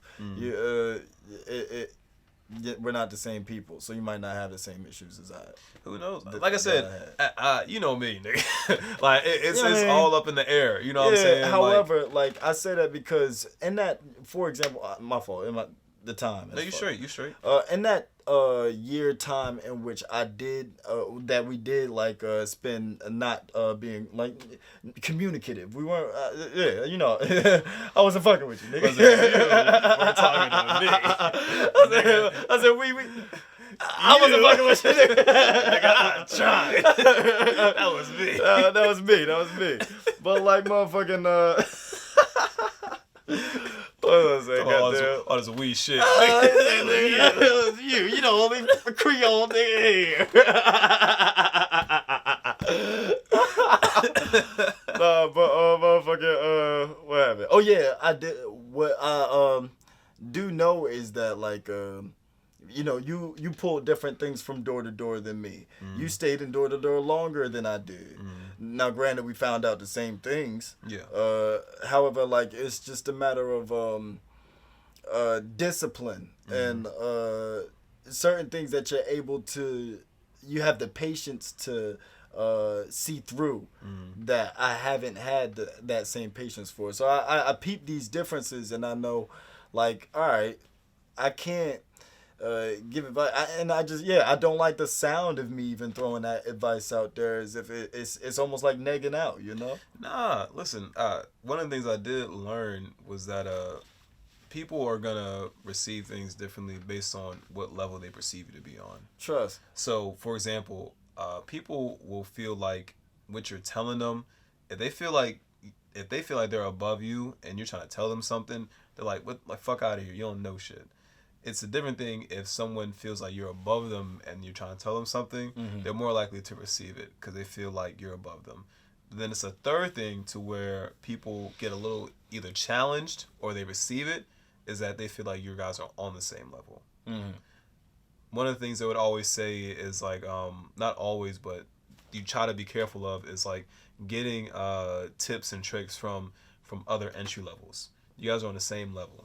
You're not a leader. For you to go out your way and try to teach somebody is some shit. You're not even hitting your numbers. You're not even seasoned in the game. Yeah, like what the fuck are you talking about? But then there are times though when you're dealing with the entry level, let's say, who's doing all the right things, who's on his way to leadership and all that kind of shit, right? I would take advice from him. Or from her. Like it's because we're on the same level, but I see where you're going. Right. You know what I mean? And for me and you, I don't look at us as above or beneath one another. I see us on the same level, ascending. So Indeed. I don't look at what you tell me as negging out or just dastardly shit. It's the fact that you my nigga. You know what I mean? Yeah. And I value your advice and your opinions and your experiences, especially. Yeah. Especially experiences. And I can appreciate that. However, as your nigga, I consciously look back at what would bring me to give you those warnings, and to express doubt is not even healthy. You know, it sounds. Well, here's the thing, right? So, boom, right there. I don't have enough doubt. A lot of times, I will go into something. It'll be thought there, and it'll be something. There's nothing wrong with that, though. But sometimes, though, like I do need to hear other sides. Yeah, and it's that's like finding out how much pepper to put on something. You know what I mean? Mm-hmm. Like, goddamn, where's the? Because you know, you wanna. Me, I'm always trying to figure out whether I'm coming off as supportive or whether I'm, and it all goes into intention, right? Like, but then I try to go into my own psyche, like, okay, how would I feel? If someone's doing this to how me? would I feel? But, you know, so. But you had to go into the person's psyche you're trying to deliver the information to. You have to tell yourself what your intentions are, and let them receive that. And for me, I'm already like wired myself to know like the people who care about me are the people who care about me. Right. I'm not distrustful of what the people I care about say or do. Right. I trust all of y'all wholeheartedly. I'm never gonna look at what you guys tell me as like a negative thing, or telling me I can't do something, or whatever the case may be, because I know you're saying that out of my best intention, whether I agree with it or not. That's my default already. My grandmother, like when I went to visit her some weeks ago, she was talking about how she like wanted a ranch and whatnot. However, like she was of the mind that it's too late and this and that, and I was just, you know, I wanted to. I of course I disagreed. I always feel like you can start from now and whatnot. It's just like the way she was putting it. She has an established living where she is, and it would just be more difficult to pull off the other vision of hers. And so to settle for like the current is where that went.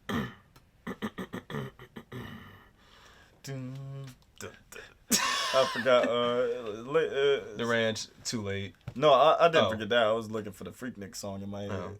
I'm gonna save you. Ladies and gentlemen, don't forget to yeah. Help other niggas. Yeah. Call my women ladies. That's what I was looking for. Women ladies. Freak nasty. Brother freak I was trying to figure out what that was. I was like, lady girl? You ain't gotta close your eyes. Ain't no dream, bitch. I got it. But long story short of that, Grandma John, was that like she was seeing the world in a certain mindset. What you got? What you got, nigga? I forgot it's Mother's Day. Oh shit! It is Mother's Day. Didn't get a gift for her. Shit. Holy shit. Well, happy Mother's Day, everybody. Oh, goddamn. I still, I should have went back and listened to the song. Goddamn. It would be my honor to be your new stepfather. Your mother make me another brother. Every Mother's Day needs Mother's Day. Wow. The ad-libs is what kept me. I was like, wow. I'm calling over you because I can't do it myself. Just to be no other, to be my mother love. They blessed us both with the gift of life. Wow. Want you in this world, so I'm a sex right. This is the second best idea that we ever had. Yo, they fucking... The Lonely Island, man, they underrated. No, that. And whatever happened to what's his name? The main dude. Andy. Whatever happened to this man? He was on SNL for a bit, and then he did this little comedy cop show, or whatever. I haven't seen it. Yeah. Oh, and then they did a movie called Superstar. Where that shit was funny as fuck. I bet it was. And was it anything like Hot Rod? Funnier. Actually, well, Hot Rod was funny. That shit was funny. Superstar, it was definitely more like they started doing more of the musical shit in it. You know what? I do kind of remember. I thought it was going to be a play on the Lonely Island. Sort of. And then they did Bash Brothers. It was a little musical about the two niggas in baseball who were on steroids and shit like that. Jose Gonzalez or something. I forget the nigga name, but yeah, shit was funny. Maybe I'm just not a movie buff because I haven't seen Andy at all since then. But yeah, dog. I really, I value, like I said before, the opinions of people who I actually give a fuck about. You know what I'm saying? If it's random people, I'm just like, suck my dick. I don't care. I feel that. But you gotta differentiate. You gotta have self-awareness. Because with that alone, I deeper than that, I'm always willing to listen and receive and understand where the people I love are coming from. But then it's up to me to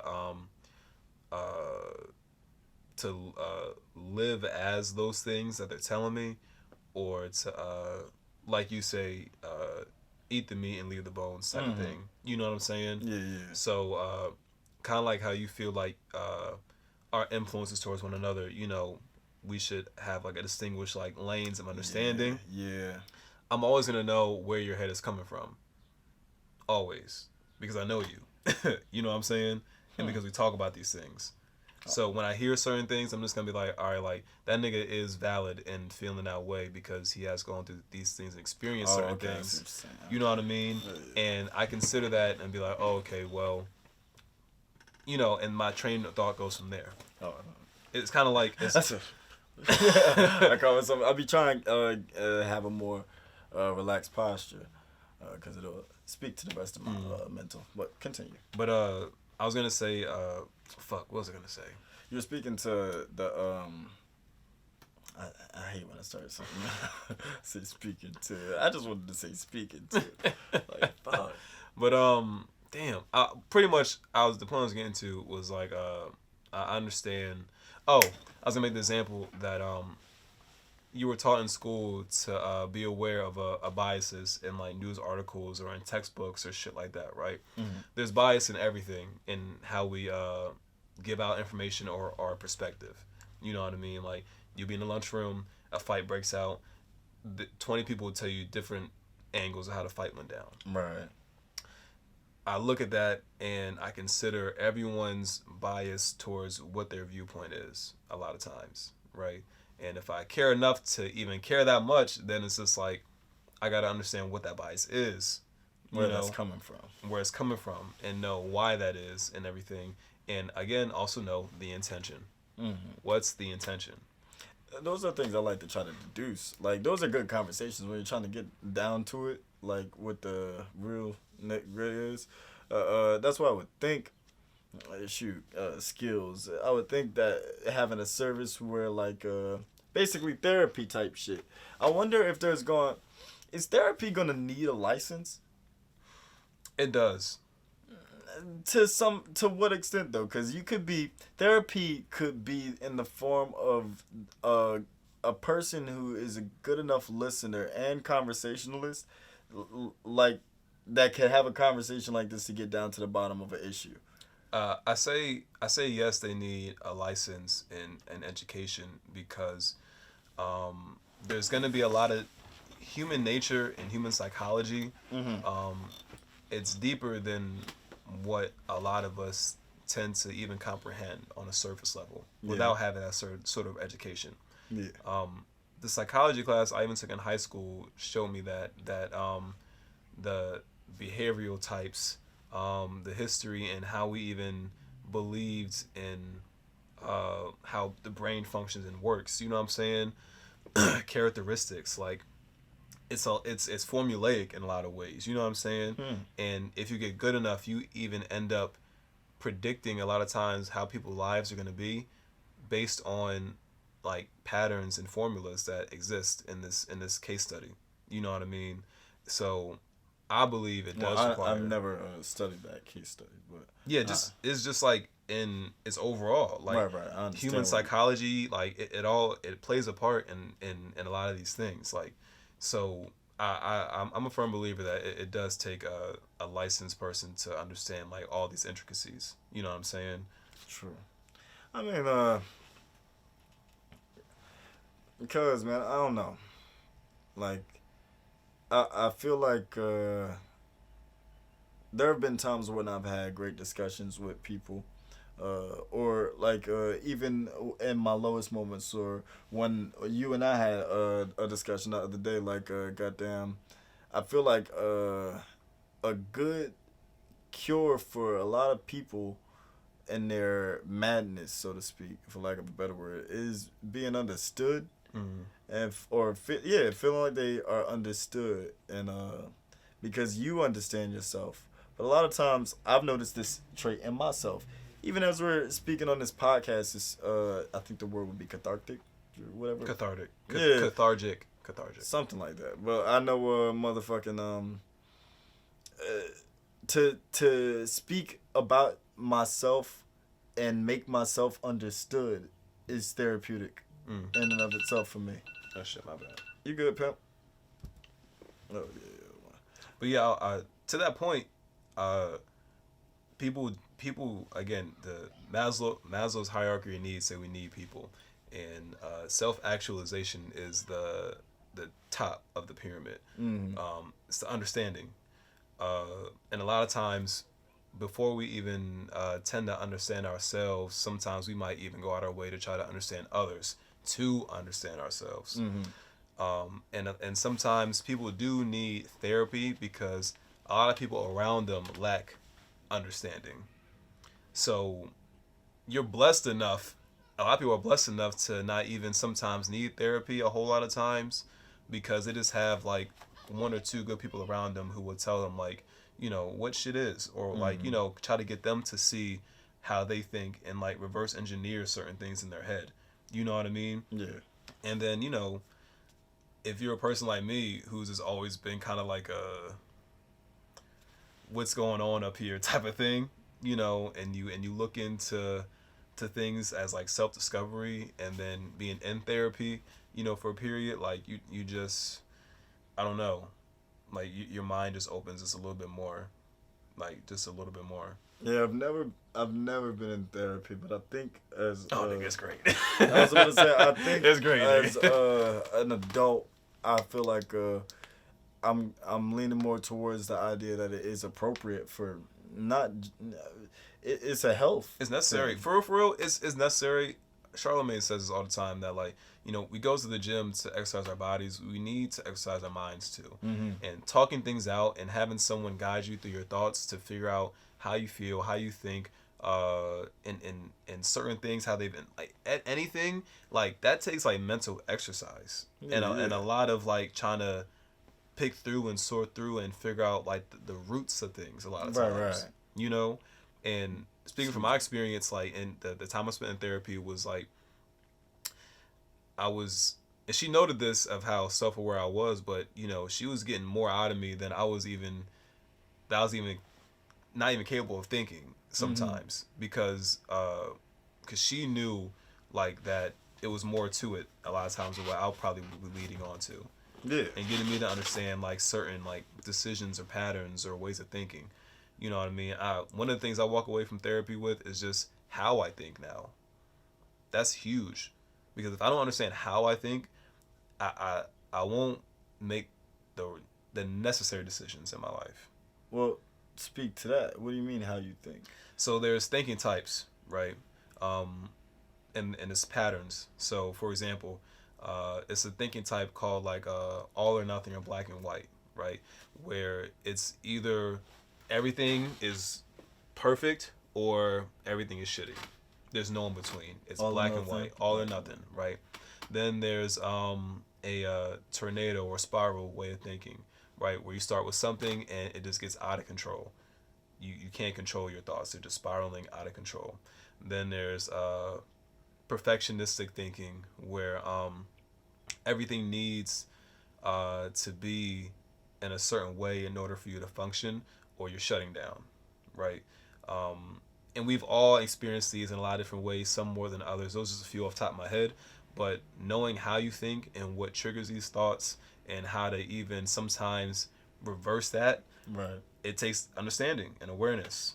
You know what I'm saying? So that was like the biggest thing I got out of that shit was just like controlling like what's up here, like, and figuring out a lot of times how things make me feel and knowing like where to pull from. I was about to say, I'm guessing that you found that you thought in a more black and white fashion. It was a little bit of that. It was a lot of spiraling. It was a lot of actually, yeah, because for a while now, and I still do believe this. She told me not to, but I'm of the mentality that if you're not first, you're last, like Ricky Bobby type time, and I believe in that because I feel like if I'm not reaching a certain expectation in my head, then I'm a failure. Like if I fail at something one time, I'm a loser in my head. Like it's a wrap. You know what I'm saying? And it stops me from ever trying again. It stops me from having that resiliency to keep going because I feel like I already failed. Something as trivial as swimming. What? That ain't so trivial. It could be if it didn't affect you. Like if it didn't happen, it would be trivial. Sure, but because you know what I mean? Yeah, but because it was what it you're was. Almost drowned. Right. Like even a better example, something happened recently, like get my license. Like you know what I'm saying? Like I really like not passing the first time. Like was like I was off it for a little bit. Off of it. I was gonna ask, like, what do you have any examples of like that shit? But that was one of them. I can give you plenty. Like that shit, it happens. Nigga, it almost happened today. It almost happened today. Literally. What can we apply this to? When that shit said 10 minutes. Oh yeah. It takes everything within me to be like. But it's again, it's that self-awareness where I'm just like, all right, like it doesn't have to be like so perfect. It doesn't have to be the first your last mentality.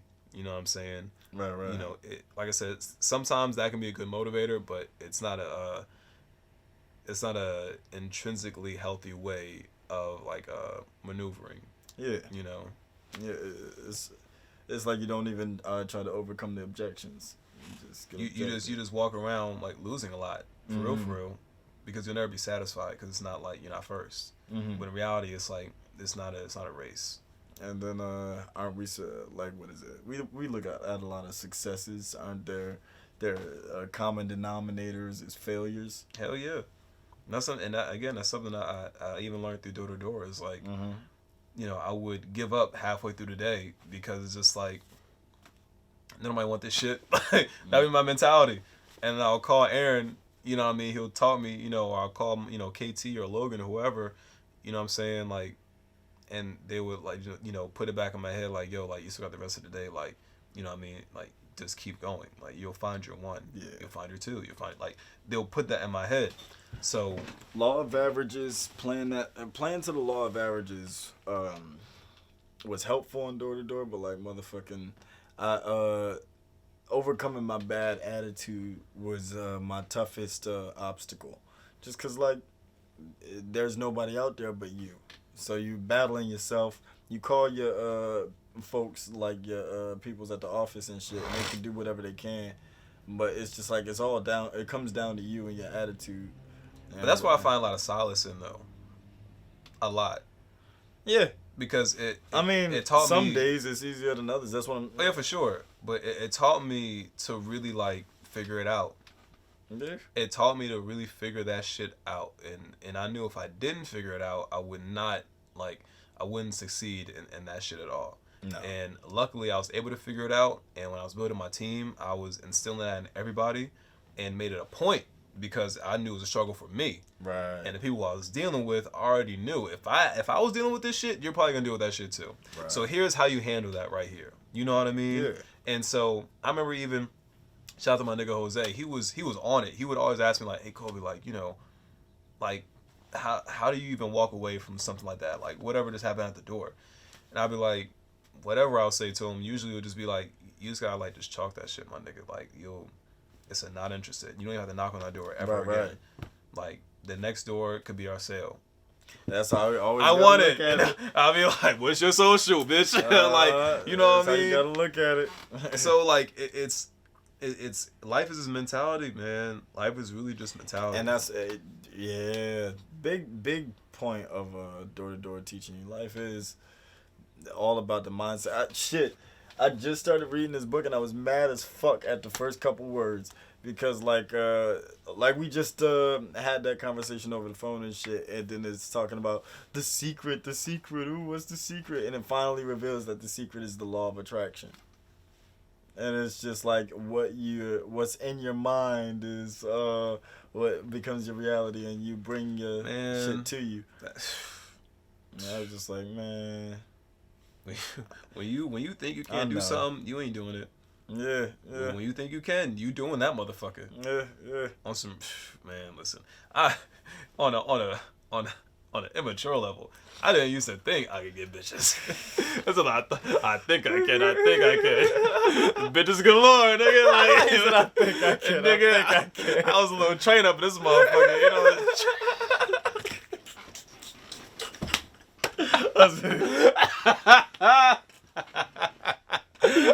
This nigga. Sugar is coming around. Yeah, that was where I was going. Boom, the train is. But yeah, dog, like it's all. I don't know. Like I said before, like that whole experience like changed me for the better. Like for real. Real shit. That shit changed me for the better. You talking about door to door? Hell yeah. Of course. Just moving out, even out there doing that shit. Like, yeah, I think I learned the most. Like, I was in a lot of sales experiences, but door to door really taught me about me. Yeah. Like, really challenged me to look at like myself, like the shit that I was lacking, the areas where I was weak in, and like I was the attitude. I could work a full day, no problem, you know. But it was just the mentality. Like you said, keeping a good mentality is the most important thing about life. Damn sales and everything else, it's just life. Mm-hmm. That's what's gonna get you through it.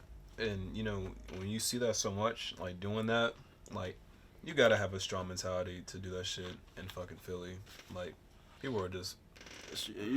What's funny is that like goddamn, like they think Philly is bad, but that's the easy part. Like goddamn, motherfucking. As far as just you know what you're gonna get when you go to Philly. Like, oh yeah, for sure. You know what you're gonna get, but it's that you know that you have to have like a strong mentality to deal with that shit. Because when I was there, I spent time in 5 totally different markets. Yeah, and Philly, there's nothing like Philly. Probably New York. I went to Buffalo, not New York City. Kids playing. I'm what? They don't know when here. Right. Stop playing. But yeah, like it's though experiencing different markets. Like when I went to Buffalo to get promoted, that shit was a cakewalk because Philly was hard as shit. Yeah. What is it? The experiences in Philly, Coatesville, like these kind of like areas, like what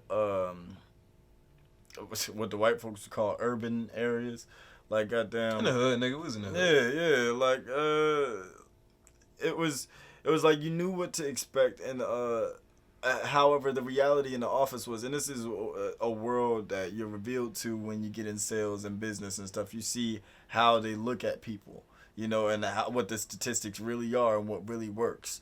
And you know you don't have to go through your whole pitch, your whole sales draw if you go into the city. Well, you don't have to, you know, do all the technicalities. You can really get them easier.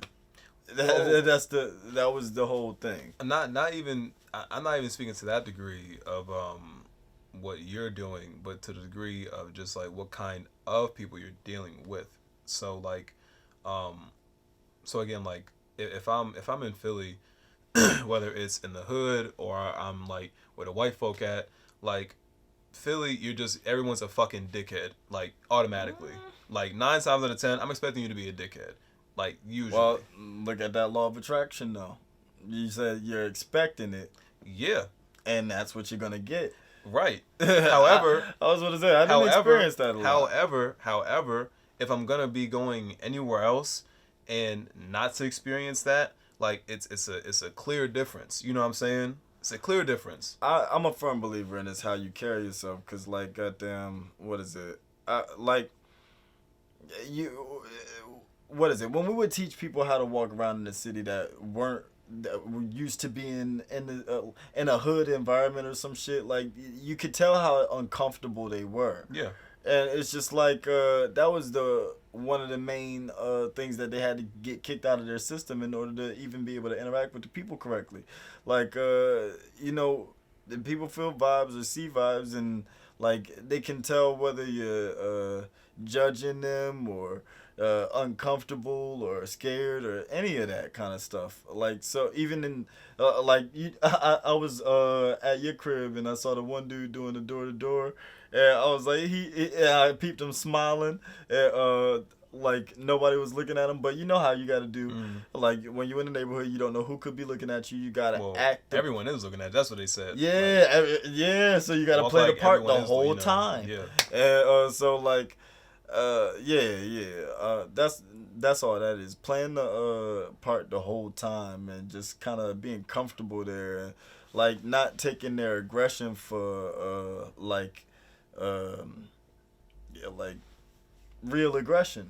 I mean, yeah, you definitely learn how to like look at it, you know what I mean, and not like a lot of times take it so personal. Like that's what you learn how to do, but you also like you just kind of learn to know that's what it is.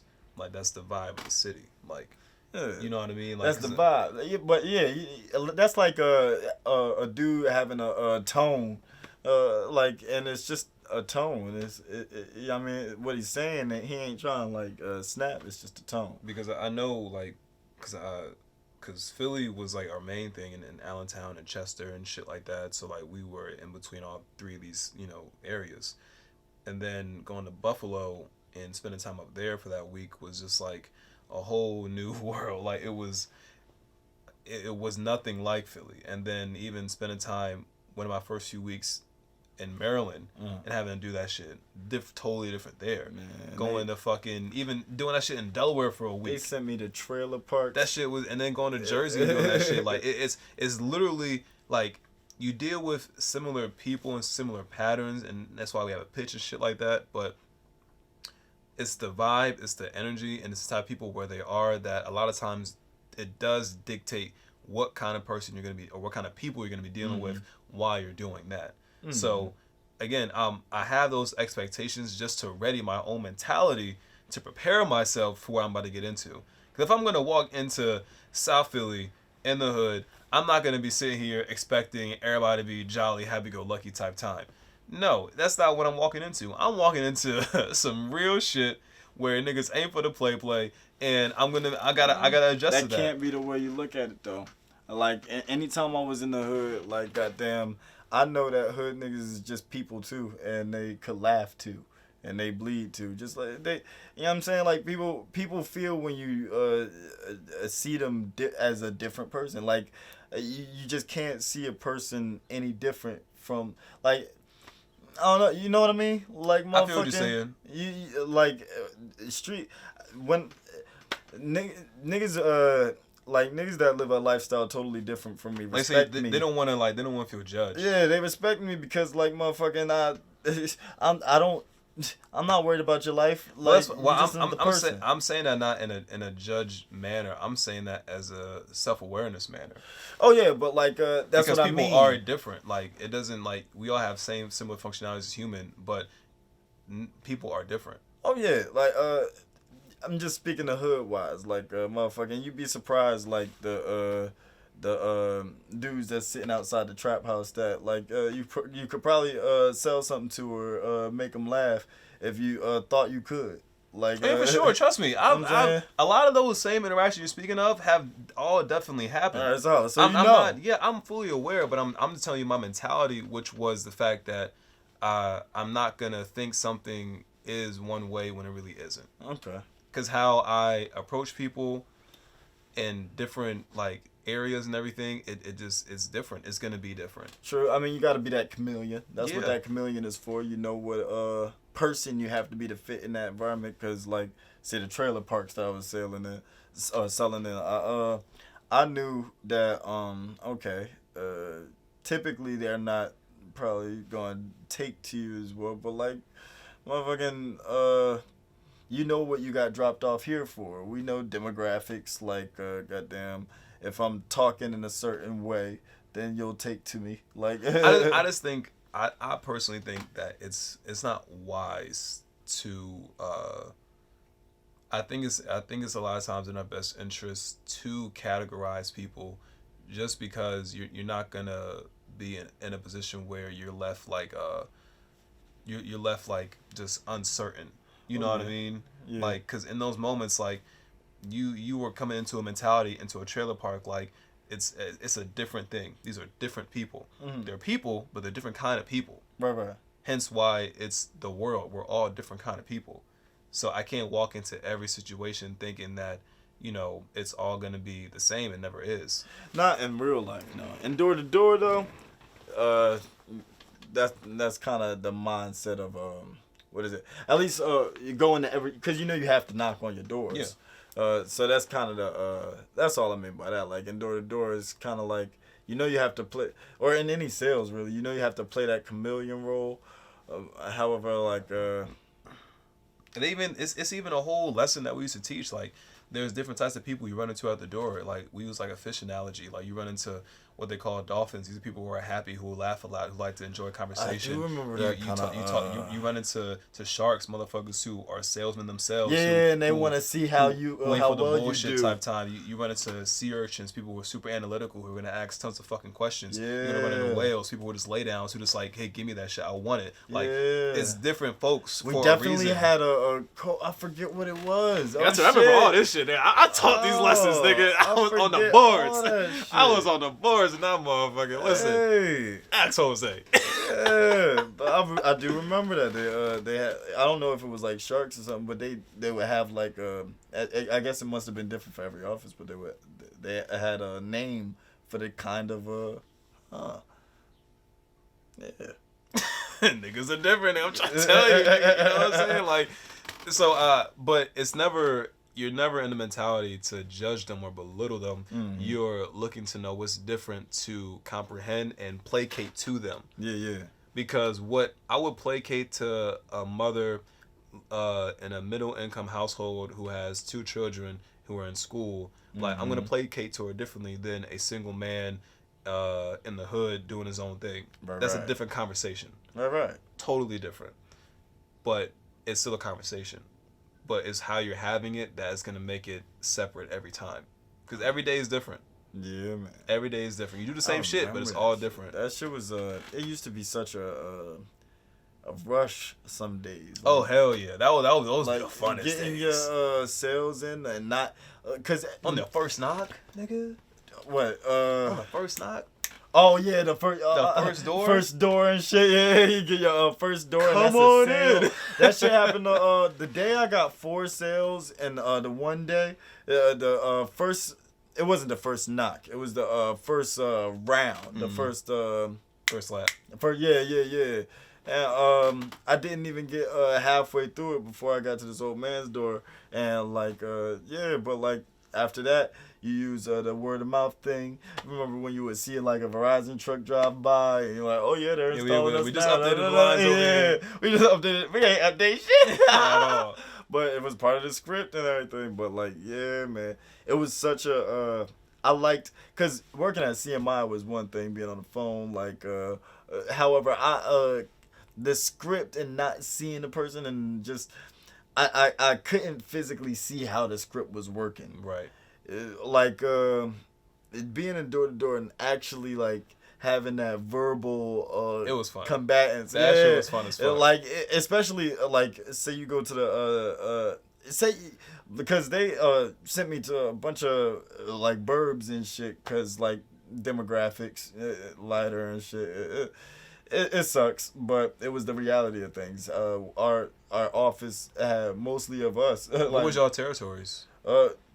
We had territories in the city and stuff, and those were often given to folks darker than myself because we didn't have enough people on the guy that was the owner of the office that I worked at. He hadn't hired a diverse enough crowd. Either way, like he was just worried about sending darker folks into the burbs because it was never a successful thing for them. Well, I asked because and not because of their skill. My experience was a little bit different with that because Aaron was just going off of what available territory we had and what hasn't been worked in a while. Right. And we sending everybody over there to bomb that shit. Like it didn't matter where the fuck it was. And I like that approach. The dude that led the office that I was working at was Asian dude, California. Like, and they just had a... like, they just had this mentality thing of, I didn't see anybody else in the burbs. What was you laughing at? No, this is my dumb ass. Retarded.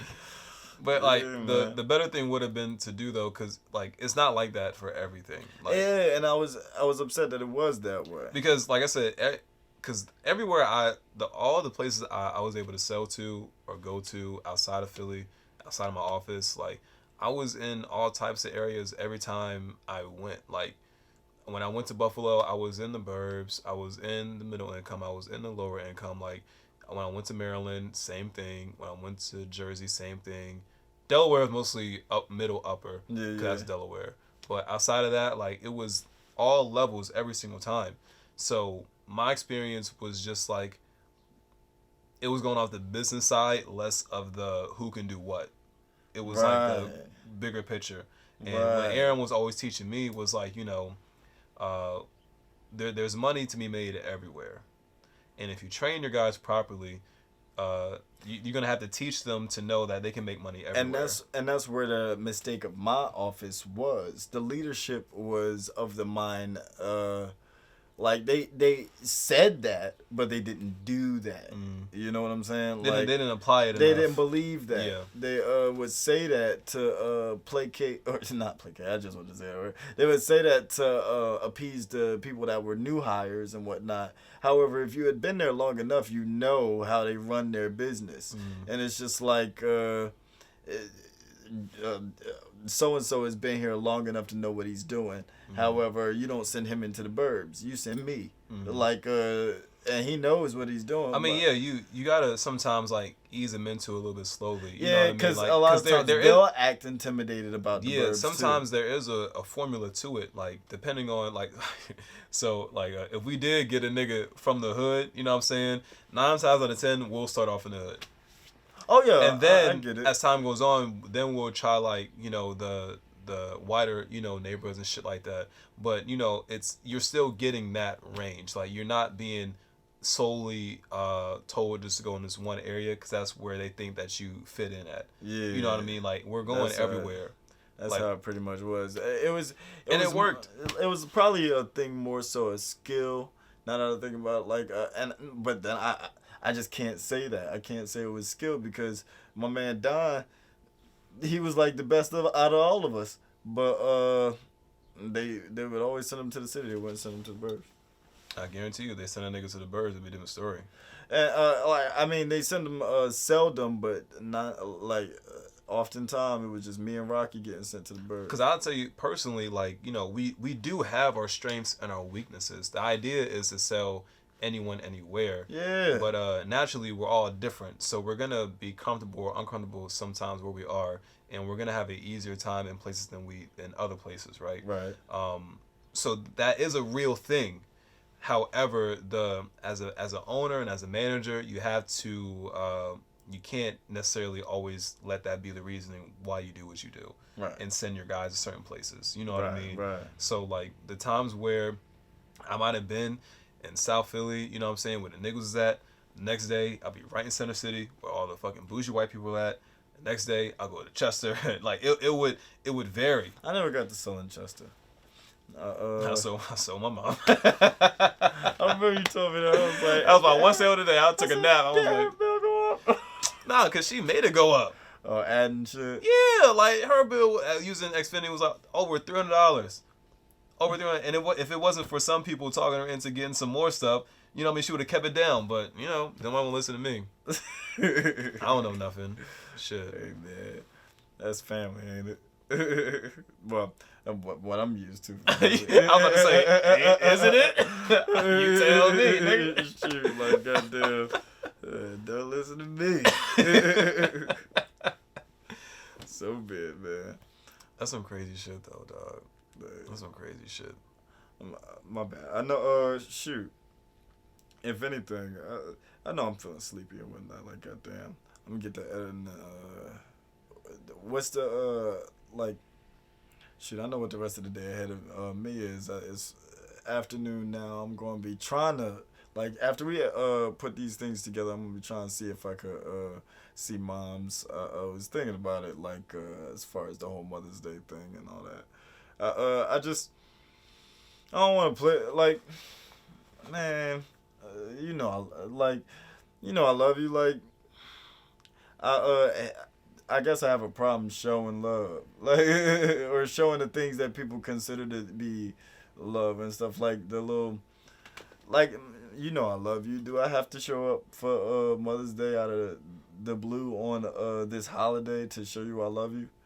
Like, and then on the other hand, I'm just like the people without their parents, like, no opportunity to do that. I was gonna say these are things that people think about who don't show love.